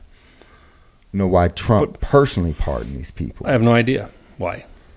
And and that's part of the problem with presidential pardons. I don't have to say why. Well, yeah, but he personally, right? Of course you can, but you can't. I'm just saying, just to say it, right? You can't chastise people for Medicare fraud over here, and then pardon your homies for medical fraud over here, for Medicare fraud over here. Well, that's all I'm saying. But so you've got two different scenarios. This one going on in Minnesota, they haven't stopped it all yet. They haven't charged everybody involved yet. Mm-hmm. And the federal government just shut off the money going to Minnesota for those reimbursements just now. And this is still all allegedly. When I've seen a lot of other things showing CCTV footage and all these things of plenty of kids coming in and saying that literally at all the places that they're trying to say, they have been investigated. FBI's only found really spots at 2 places doing this out of the dozens that they've been looking at. That being said, there may be more than just the 2, but from the evidence that I've seen actually going after it, there's been 2 places actually caught of it out of the dozens that the FBI has been on it. Again, charged. But what I'm saying 80 is some people. But the president, again, these people didn't pay all their restitution. They didn't do all their time. They did the crime, don't have to do the time. As soon as Trump could do it, he did it. I'm just saying, we can't be in a justice system, that is going to chastise one folks for doing something and then let free another folks. They didn't do their time. It wasn't like there was new evidence and it's like, oh no, they didn't do this, or no, we're gonna let them out because they don't. No, they deserve to be in there for what they got charged. Right? Justice said 50 years and $87 million back. Right? That's what justice said. That's what, whether it was the judge or whether it was a whole trial with the jury, I'm not for sure. I didn't go that deep into it. But justice said this is what you should get. So that's all I'm saying is we're very selective. And I'm not just saying Trump is selective. I'm selective. Everybody is. We're very selective. But I like us to keep that in perspective of how selective we are. You know what I mean? Well, it's in our outrage. Well, it's the judge in Minnesota found somebody guilty. The jury found them guilty, and the judge said, "I don't like that verdict, so I'm wiping that off." Why do we have judges doing that? They were in front of 12 peers, and a judge says, "Yeah, I'm not doing that." Yeah, that's tough, right? Because that could be a whole bunch of things of favoritism and all these things, and it could also be, which is tough, right? Okay, because judges can do things, like judges can give you omit something off your criminal record. Even though it really doesn't disappear, it just says omitted, which makes no sense because people still see it. But anyways, so a judge can say, hey, look, Ishma, you were convicted of possession of THC. That's illegal in our county. Because have been proven to be a good guy and done good things, and this on your record it's a stain on your record and it holds things back, right? And now we've decriminalized the THC. So I'm gonna use my power as a judge to omit this, even though I was convicted or charged and convicted and took a deal or whatever it was, right? To say, okay, yeah, I did this, even admittedly convicted. Judges do have power sometimes that I think can be good, selective, because it's for me. But then also they can just take advantage, and that should have just been their friend, and they reverse it, right? Or they could have said, oh, this jury, for some reason I feel like this jury was wrong, or whatever, right? And judges are elected. That's one thing I do love. or judges are elected by the people? Well, federal judges are appointed and confirmed through. Okay. So I guess I'm thinking more on the local system, level, yeah. right? Just because a lot of the criminal stuff happens at local level. Well, and they're not, judges are appointed. They're elected to stay on? And then Elected to stay on. To retain or to dismiss. Yeah. Huh? Okay. Thanks for that clarification. I just know that we used to, look, if you're from Lancaster County and you're old head, you were voting for Judge Foster because, Judge Foster was a good guy. And, he was going to do the right thing, right? So you always voted yes on Judge Foster. And a lot of people just voted no on everybody else. Like, don't keep the other judges, but keep Judge Foster. Now, that is a weird part of our democracy, is how we get a judge, first thing, how we retain a judge, second thing, and then the power a judge has in that judiciary system, a power the judge has. Because judge can kind of strike down what even a mayor says or what a governor says, even what a president says, right? But there's layers of the judicial system. There's county judges, district judges, Supreme Court at the state level. Then you've got federal judges, and then you've got the Supreme Court. And I think there's probably a couple other levels of judges in between there. Yeah. It's a pretty complicated. Our judicial system is pretty complicated. Probably as complicated as our executive branch and all branches of government.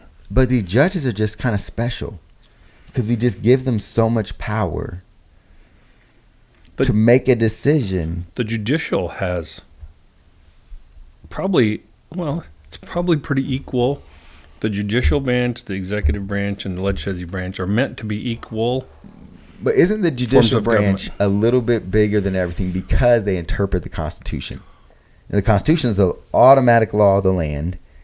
And the judicial branch, that Supreme Court says we decide what the Constitution means. The U.S. Supreme Court. Yeah. That's what I'm saying. But there's a state level Supreme Court. 100%. There's a whole bunch of levels that it has to go through. And typically you find through there that there's holes put in everybody's argument. And then, but no matter what happens, at the end of the day, the Supreme Court is kind of the tippy. Yep. Wouldn't you say? The Supreme Court's kind of the tippy. Yeah. That's unless, and even if the Supreme Court makes this judgment, you can still go in and change the Constitution. But you got to have 2/3 of everybody getting together. I mean, that's a lot of people. But it can happen. To make an amendment. It's a lot of people. It can happen. Yeah, it's happened. And it's happened. When's the last amendment? And specific laws can change their constitutional. Well, this is unconstitutional. So you can put a law together. Now it's a law. It's not constitutional law. Now it's a law in the books. So that's kind of the balance of those. Yeah. To me, the problem with all of it is, and I don't know when it happened exactly, but we started everything being tied to a moment as opposed to, a core principle. The core principles of the two major parties have fluxed a lot. Like a moment, like just a one issue or just a one emotion of something. Yeah. I see what you're saying. I mean, I believe I'm pretty straightforward. I'm a constitutional conservative kind of guy. But to me, most of the powers that we have put at the federal government level need to be at the state level. It's hard for me because there's been so much abuse all around. And it's like, okay, if you put too much power in the federal government, right? Why are you trusting those guys? And then you put too much power at the state level, then it's like, okay, well, then they'll say, it's our state's rights to say, look, we want to go back to separate but equal, right? So it's real tough for me because then it's like, hey, well, there's a federal thing. Why am I going to trust this Fed guy? Like, he could be even worse. So is it better for states just to be able to do their own thing? So, hey, look, just move to the state that's doing the shit you want. But yeah, I mean, prior to Trump reclassifying cannabis, it was legal in some states and illegal in others. and they had different. Now all of a sudden he's reclassified it so that they can use it to do some research. They can use it for some medical research. They can do those things federally. But in that new budget, or in the new, to break the stalemate, they like slashed the hemp bill out. Oh, they did? I thought Trump. So he just reclassified, right? Yeah. But they slashed the hemp bill out, I guess, like in a year, it's supposed to be really hard for people. All these shops that, a place like Nebraska, it does not have legal THC. But you see, everybody sells like THCA or THCG or whatever they're modifying to do whatever, right? So it's like weed, but it's not. Anyways, so now those shops come next year, if nothing happens to do something different, those shops are done. Federally or state? It's a new federal joint, right? That was the loophole before with the hemp bill. They let all that THCA stuff be legal. So all states that didn't have legal cannabis just went off that. They're like, hey, no, we can have THCA, THC. Now that's supposed to be illegal. It was some crazy shit because, as a, not a big enough lobby. Well, the bigger lobby is the alcohol lobby and the pharmaceutical lobby. And so people are taking the THCA stuff and all the CBD stuff. So even the CBD shop is not going to be good anymore. Well, you've seen what's happened to alcohol and beer sales. Way down because people are just doing gummies and different shit. And then even pharmaceuticals, instead of having to take a Tylenol all the time or more pain prescriptions, people are taking gummies. People are taking different CBD and THCA, whatever remedies. And they don't have to do as many painkillers. Yeah. And that kills the pain industry. I mean, the pain industry, that's hundreds of billions of dollars a year. And because everybody has pain. I dig it, man. And it's no fun to have pain. When you have pain, you will do anything you need to get rid of pain, I mean, popping a pill is nothing. And everybody has different pain tolerances. Oh, yes. I don't think my pain tolerance is very high. So, but seriously, people... that's killing it. And so that was a big part of it is those other lobbies, which, people need their money. So it's supposed to be real sketchy coming up here real soon. Well, and it's the taxation up. One thing that's crazy is all the tax revenue that can be generated, we've seen in different states that get generated from legal cannabis. And countries. It's crazy. People get good money for that because they tax the heck out of it. You try to buy some legal cannabis in Colorado, and I think it's like it's like a 20% tax for the state, maybe, then another 20% tax for the damn city or the county. It seems like Colorado has state, city, township. And they have like they go nuts. They have like 8 tax jurisdictions. Like even when you go to a restaurant in Denver, it's gonna be like bang, bang, bang, bang, bang for all these extra little taxes and stuff, right? Each of you get an entree and that's it, and you just drink water. There's still gonna be like 13 line items on your receipt. It's serious. Yeah. Hey, but the city of Denver, it's set for the little space right by the Capitol. It's super pretty. I mean, they got so much cool stuff going on, and it used to be even prettier because you used to be able to see the mountains when you got to Sterling. Oh no, it's too many. It's too many. It's too many buildings people. Now. Too many people. Buildings, too many. It's smogged out. But you know what else is crazy about Denver too? That's one of those cities where I don't know how people afford to live in. Like it costs so much money to buy a house, to rent something there. It's like how do you live like in Denver? Like all those big cities, I don't get it. So a lot of people just moved on the other side of the mountain. Try to get out of the. It seemed like wherever I was in Colorado, man, it was just like. It's expensive. It's crazy. Can't afford to be at a ski resort. Can't afford to be in Denver Metro. That's why we go to South Dakota to ski. Okay, that's right. It's cheaper. We're trying to tell you. So I know people that actually they're real skiers. Mm-hmm. They can fly to Switzerland and ski for a week for less money than they can go to Denver. That's tough. I want to ski in Switzerland. That's super tough. I was seeing this one thing about people saying in Ukraine, there's like this crazy, awesome ski resort being built. Probably. That's like $1 billion ski resort or something still being built. Like during the war, like ski resort is being built. And these other ski places, they're all just like nothing's happening. And That's just such a weird. And then, you can go on a different side of the country and there's like shells and missiles and things. That's so bizarre to me that you can have that parity in a place where there's war here in this front, and then over here you're just kicking it. Money. That's wild. Money. That's wild. Like, what's stopping Russia from just hitting up the ski resort they're building? Like, why wouldn't they do that? Nothing stops them from it.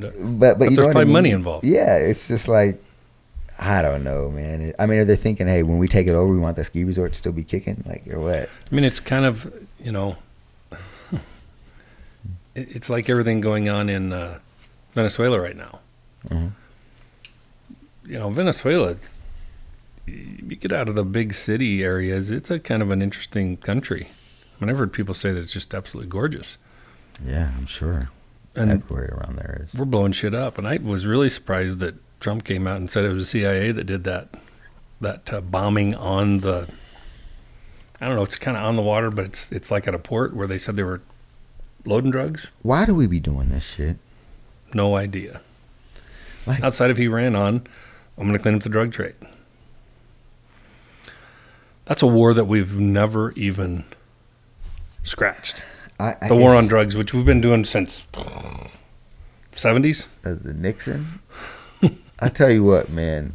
Like, come on. Like, leave shit alone. It's crazy. Like, why do we want to be involved in Venezuela? That's the dumbest shit in the world. Like, literally. Our biggest problem is fentanyl. Yeah, well, our biggest problem is drug-wise. We as a country, though, we're pissed off if somebody meddles in our election, but we meddle in elections all around the world and think we're right. Sure. And we're not right. Well, we're not always right.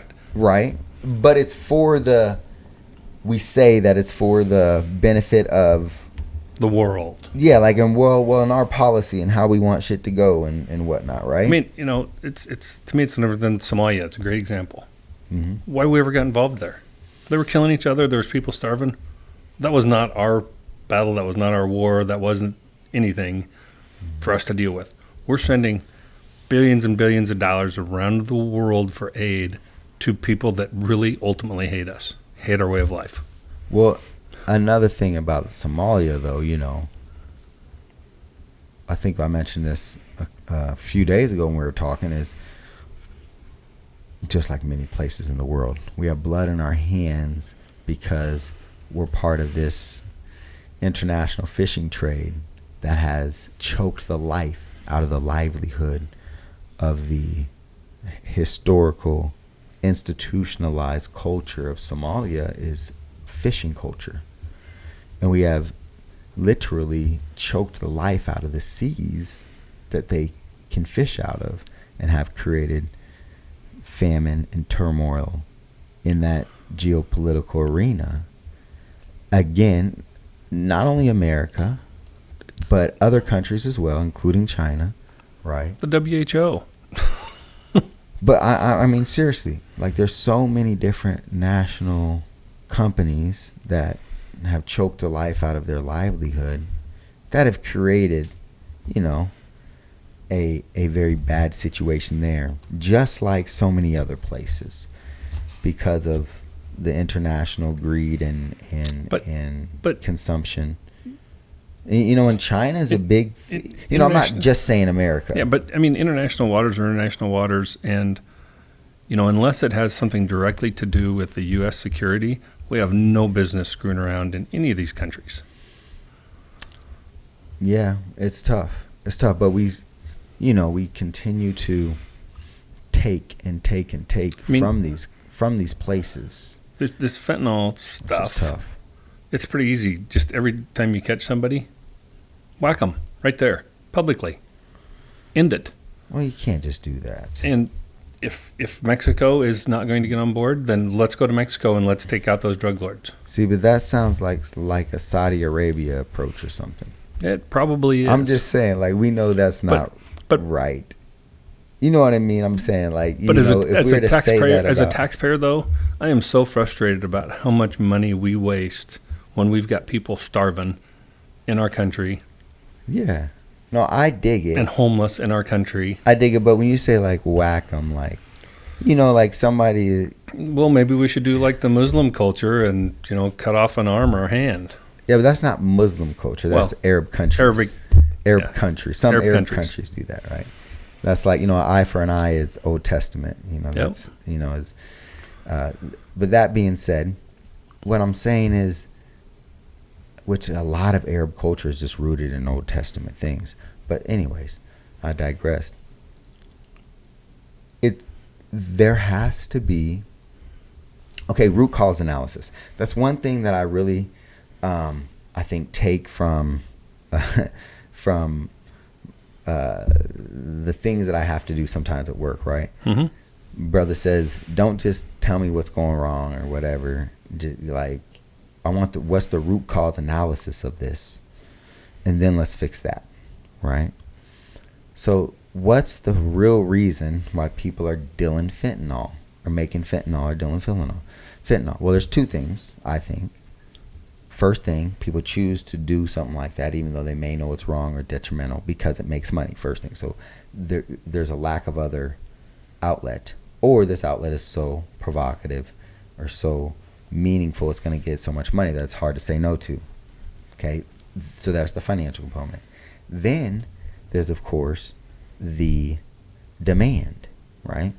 So you got the two things. Again, it goes to pain management, and then second, it goes to people who want to escape reality. For some reason, there's a big market of people in America that want to escape the reality, right? Why do they want to escape the reality? Is it the extreme poverty here? Is it some sense of despair or their own type of depression? What's making people want to create this alternative existence in a substance like fentanyl? It's an alternative reality, I think, and I think it's. But if we can stop those two problems by human nature, then we don't have to kill somebody. Some people have addiction tendencies pre-wired into their DNA somehow. I'm not exactly sure how. Mm-hmm. I'm not a doctor. I don't get all that. That's my belief. Sure. And there's lots of data to that. And if you don't do it at a really, really, really early level, it doesn't happen. To me, that goes back to education of children. And you have, for some reason, we have a group of, when I was in grade school, or even in high school, if the principal or the teacher communicated to my mom and dad that I did something nasty, I was in trouble at home. Okay. Today, and only because I know some teachers do that, and the parents blame the teacher for the kid misbehaving. Sure. Where did that change? Sure. Is that part of that everybody gets a trophy scenario? I mean, is it everybody all of a sudden want to just be friends with their children and not be parent? And of course, there's so many different examples, but I know what you mean. It's the overall respect of, like back in the day. Probably a great reason why we need to get Lawrence back up in the game, up the game. No, 100%. Well, probably need him getting back on the podcast. And we do. And is it a shift of your elder back in the day, your neighbor, if you were acting out, if you were cussing outside with your group of kids, if you're running across the lawn and tearing up flowers or something, the neighbor could come out and scold you, which I don't, as a parenting coach and things, I do not advocate anyone to hit children anymore, right? That is punishment, not discipline. But back in the day, the elder could discipline you or could even punish you, right? The neighbor could. And if you went home and you complained about it, then you were in trouble again because you complained about what the elder did, So when did that, what you're saying, kind of that village, when did that break to where, you listen to the teacher and you mind your manners and is it more of the break of there's so many different teachers that abuse their power, or the elders are now abusing it, or you know what I mean? Like, I know what you're asking. When did that change to where kids respected the elders? Well, and somewhere in there too, the elders forgot that it took a village to raise a child, and were willing to collectively do that with the parents, and that's grandparents being involved, neighbors, teachers. I mean, it takes a collective village to raise really good people. It does. It does. And I think, look at your kids as a great example. You and Megan do a great job with them, but they've had great influences at our house. They've had great influences at your grandparents.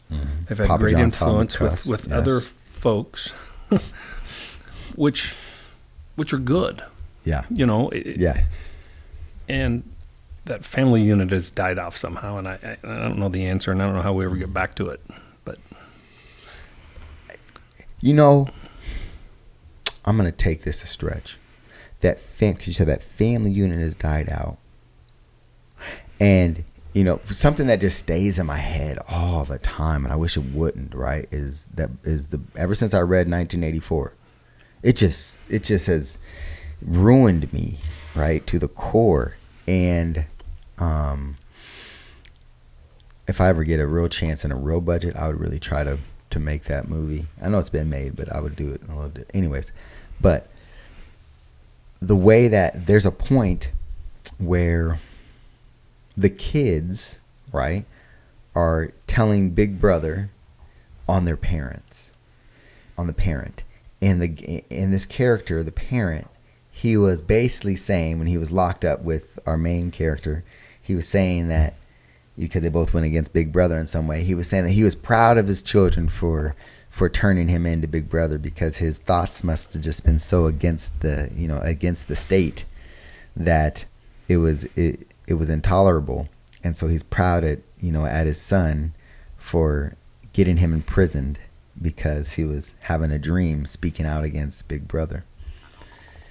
You know, and sometimes I think has the brainwashing or all the projects, the Project Mockingbirds and all these things that have been filtered into our society, have these truly broken down the family structure to where used to have so much connection and tie to your family, to where now eventually it has broken off? Or, am I being too dramatic? And this has just always happened. Families have always broken their own ways and always had feuds and always, But it just seemed like family used to be just so much more together. Even when I was young, we would go to my grandparents' house, and during the Christmas or the different holidays, whatever, and you would have all of the family there. All of the uncles, all the aunts, all the cousins, all the second cousins, the third cousins, the married-in people, and even the married-in people that were divorced would all still come and have their new wives and new husbands, right? And it was like, hey, I grew up having an Aunt Karen and an Aunt Cindy, who the Aunt Karen was the ex-wife of the Uncle Jimmy, and the new Aunt Cindy and her kids were accepted, and everybody just hung out together, right? I just don't see as much of that. Well, and then maybe it's just me. Well, and then just my family. And then I'll go to the devil's advocate side, and then some of those extended family became abusive to those children, and that was hidden and buried because nobody wanted to believe that uncle or aunt or whatever, So there's a lot of mental health sickness. Yeah. Again, I think we need to get LG back on. LG needs to get back on ASAP. But I know what you mean. So before, the family unit would stay together even more, because even if the family unit was toxic, they just act like it wasn't. Yeah. Now there's more of that shit. You don't have to be around toxic people. If they don't serve your purpose and bring you happiness, don't be. Part of the problem, though, is technology. Well, that is tough, too. I mean, I think that you used to have to, no matter if you liked your sibling or not, you used to have to come to the thing. Yeah. Now, people are like, shit, fuck that, I'm not going. Yeah. It's a different thing, so. That is different. That's somebody comment about that. We definitely have to have LG up here to talk about that. But somebody comment about that. Family structures. Yeah, somebody that is educated in that and can straighten me out. Give me some. They say, look. Give me some hate. Slap me, man. Hey, look, I'm educated in that, and I want some help. Okay? I got a behavioral health science degree, and I need to know, are families falling apart, and why? Yeah, that's something. And how do we get back to love and the important things in life? And not saying we don't have a lot of it, because people have a lot of it, and a lot of families are doing great and things, and and all that. But it's bucketed and narrowed, and people's buckets don't intertwine like they used to, and extended families aren't what they used to be. Definitely. I mean, big family reunions, generational family reunions. I mean, I haven't participated in one of those in a long time. Sure. And you don't see a lot of them. So. No, you're right. It isn't like it used to be. Man, that is different. So that definitely is different. You want to talk some college football? I don't. I mean, I'm so disappointed, but I will. I'm still glad. I mean, I had mixed emotions on Miami. My money's talking that I wanted them. My heart was talking I really wanted Ohio State. Oh, man. I'm still a believer in Indiana. Okay, so look, last year, every team that sat and waited and had a bye lost. This year, the first team that had the bye that was up lost so far. Pretty convincingly. Yeah. Ole Miss, do they have enough for Georgia?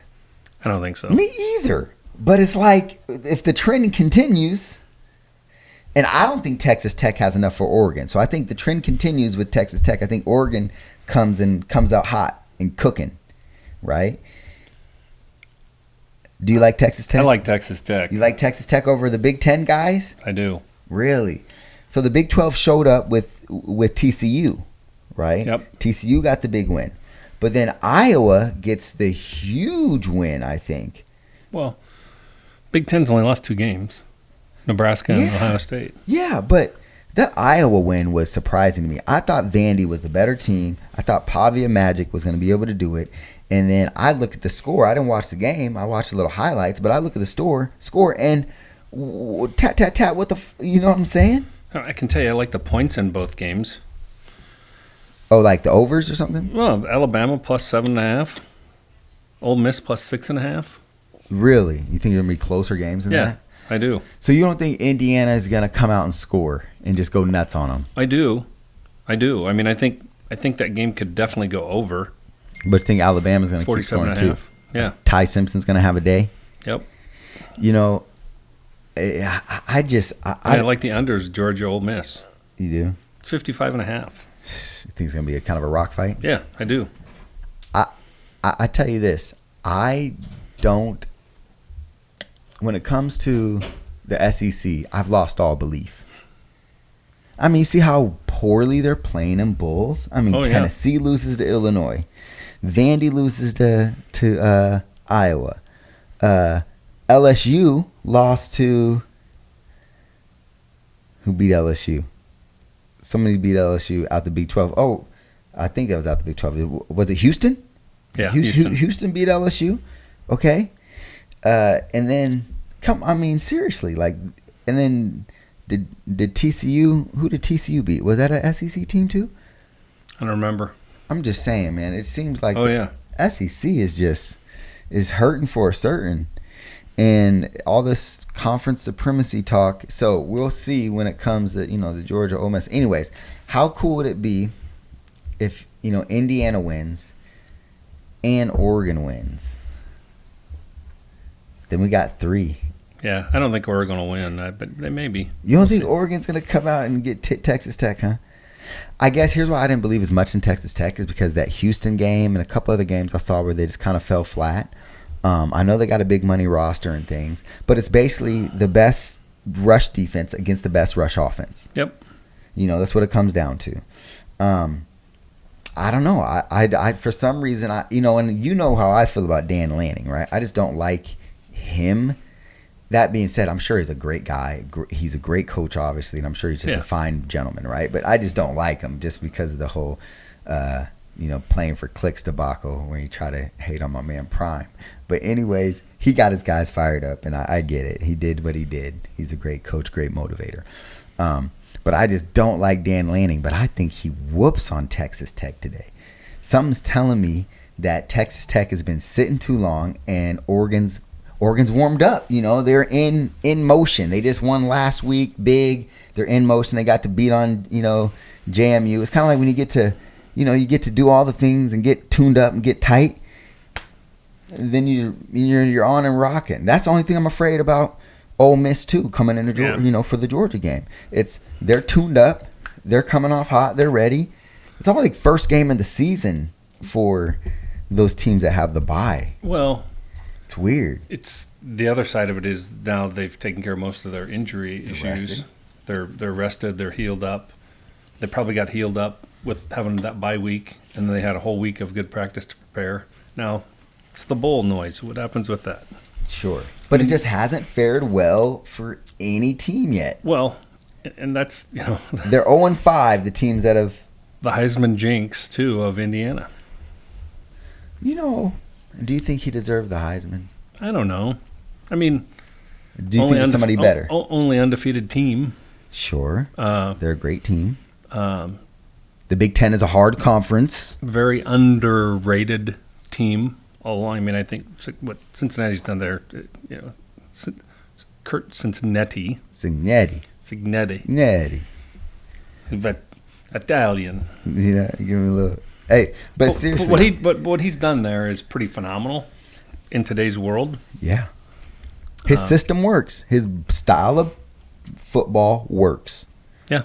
It does. And he obviously gets results from kids. Or it's at least worked with the athletes that he's recruited. So, did he recruit athletes in to his system, or did he recruit athletes and try to convert them to his system? Look, a lot of times I'm a big guy of it's not the X's and O's, the Jimmys and Joes, right?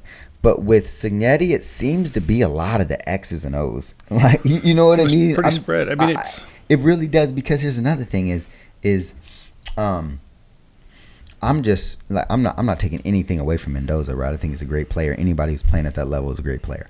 But what I'm saying is, I think there's a lot of guys that could be the quarterback of Indiana and still have just as much success. Well, that could be said with any team. You're right. It can. I mean, it can when you have, but not.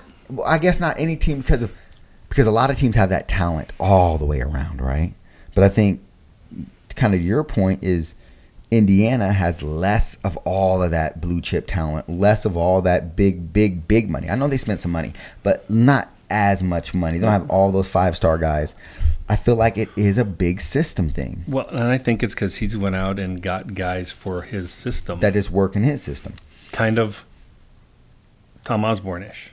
Mm-hmm. Tom went out and got guys to fit in his system. He knew they weren't going to fit day one because he didn't have to. Mm-hmm. But year 3, 4, or 5, yeah, they could carry the mail. It's like a Scott Frost works here in our system. He goes to Stanford. He's not going to work like that. Yeah. He's going to work here. Yep.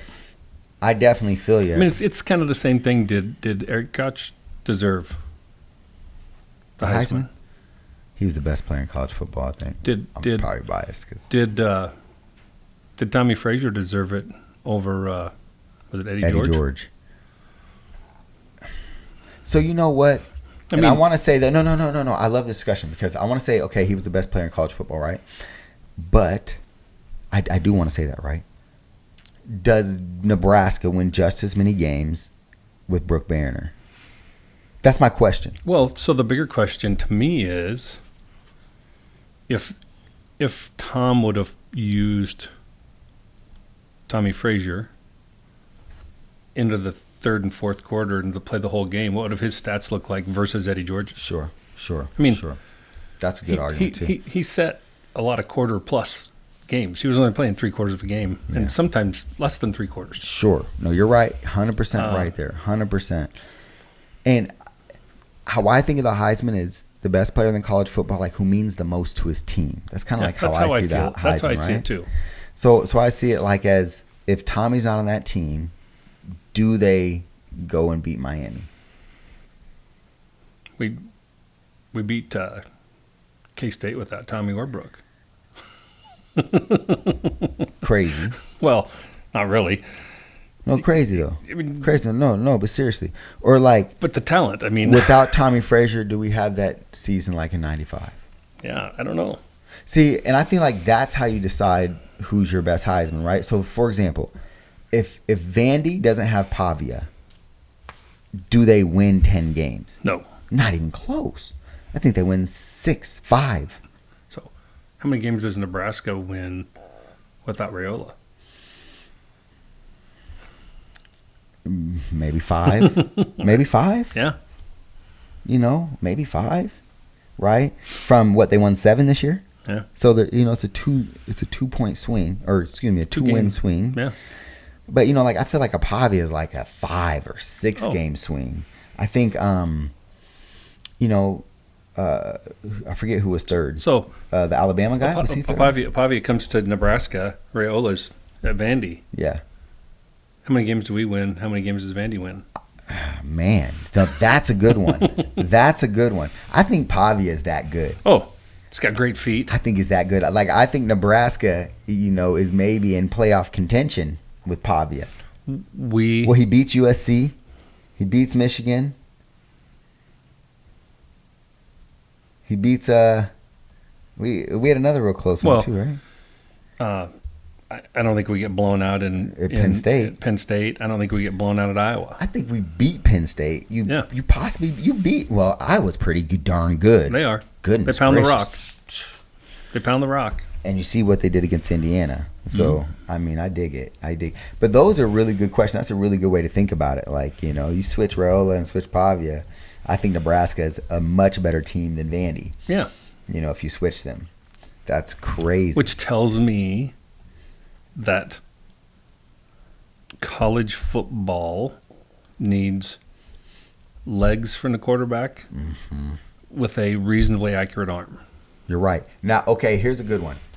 You bring Mendoza to Nebraska. Is Nebraska better with Pavia or Mendoza? Oh, Pavia. Me too. That's what I think. See, that's what I think. I really, really believe that. Because I kind of put Raiola on that Mendoza level, you know, to me. But he just works in his system. But Mendoza got better feet. But he's a 5-year senior too, or something like that too. You know, but if Raiola is at Indiana, Indiana still wins 9-10 games. Probably. You know what I mean? 8-9 games. Do they beat Oregon? Yeah. I mean, I guess they don't come back on Penn State like that. I'm not hating. I'm not hating on Raiola either because I think he's a fine young man. And I like him. Wish him the best. Me too. He's a class guy, class family. Me too. But I think, you know, people into systems. What happens if he went to Georgia instead of switching to Nebraska? I think he'd have been great at Georgia. I do too. He'd have had better protection. Great at Georgia. Think that he should have never came here. He'd have been great at Georgia. I'm glad he came here. He helped us a lot. Because he'd have got that good couple years or the year to learn behind Beck. If he would have. I mean, you know, that's just it. He wanted to play. They wanted to play. I mean, that's the I get it. Problem. I get it. You want to play. But if you can get paid to sit, young man. Pick up a check and sit. So that's why the best job in the NFL is the backup quarterback. Backup QB, baby. I like to be third string. Like I don't ever want to get hit. Just let me just sit and do my thing.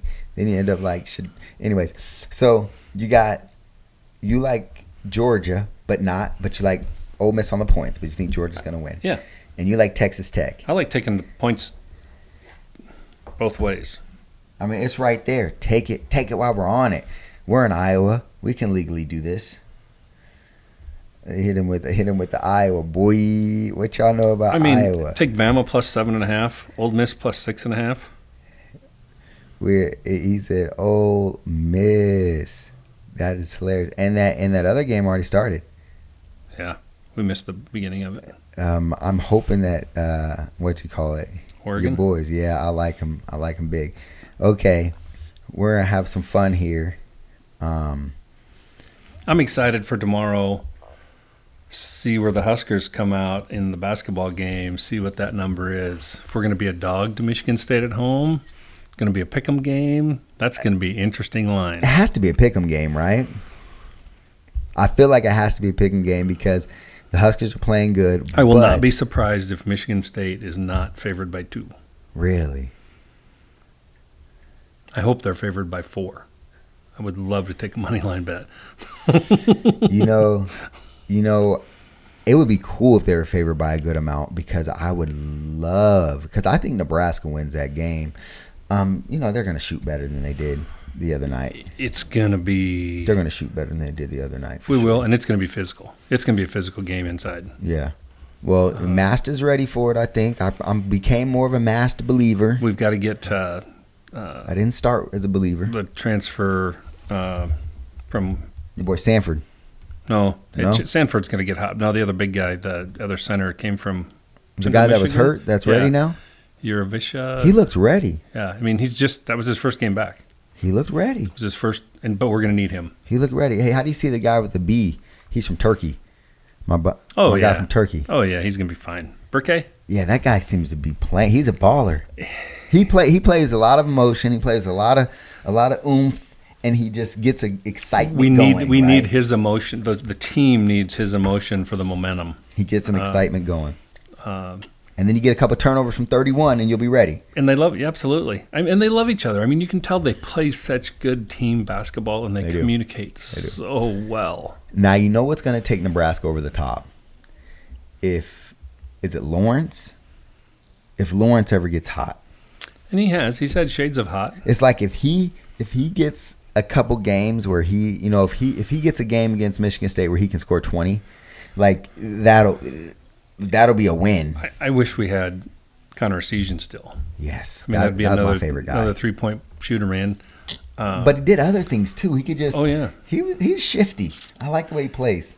He definitely shifty. He's a fun kid. And didn't so unassuming. Just ground and took what they gave him and played hard defense and then scouting report. You got to check him. So then he'll beat you backdoor a couple times and. I like how he plays. Which is what Bryce is doing, man.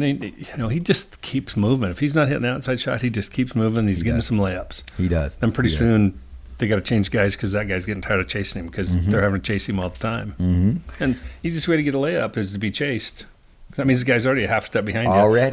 Already. And we move that ball good. Like I like the inside passing. I mean, they're 13-0 for a reason. Yep. That doesn't come by mistake. That goes beyond fluke. Well, they're 13-0 in an exhibition. They beat Alabama.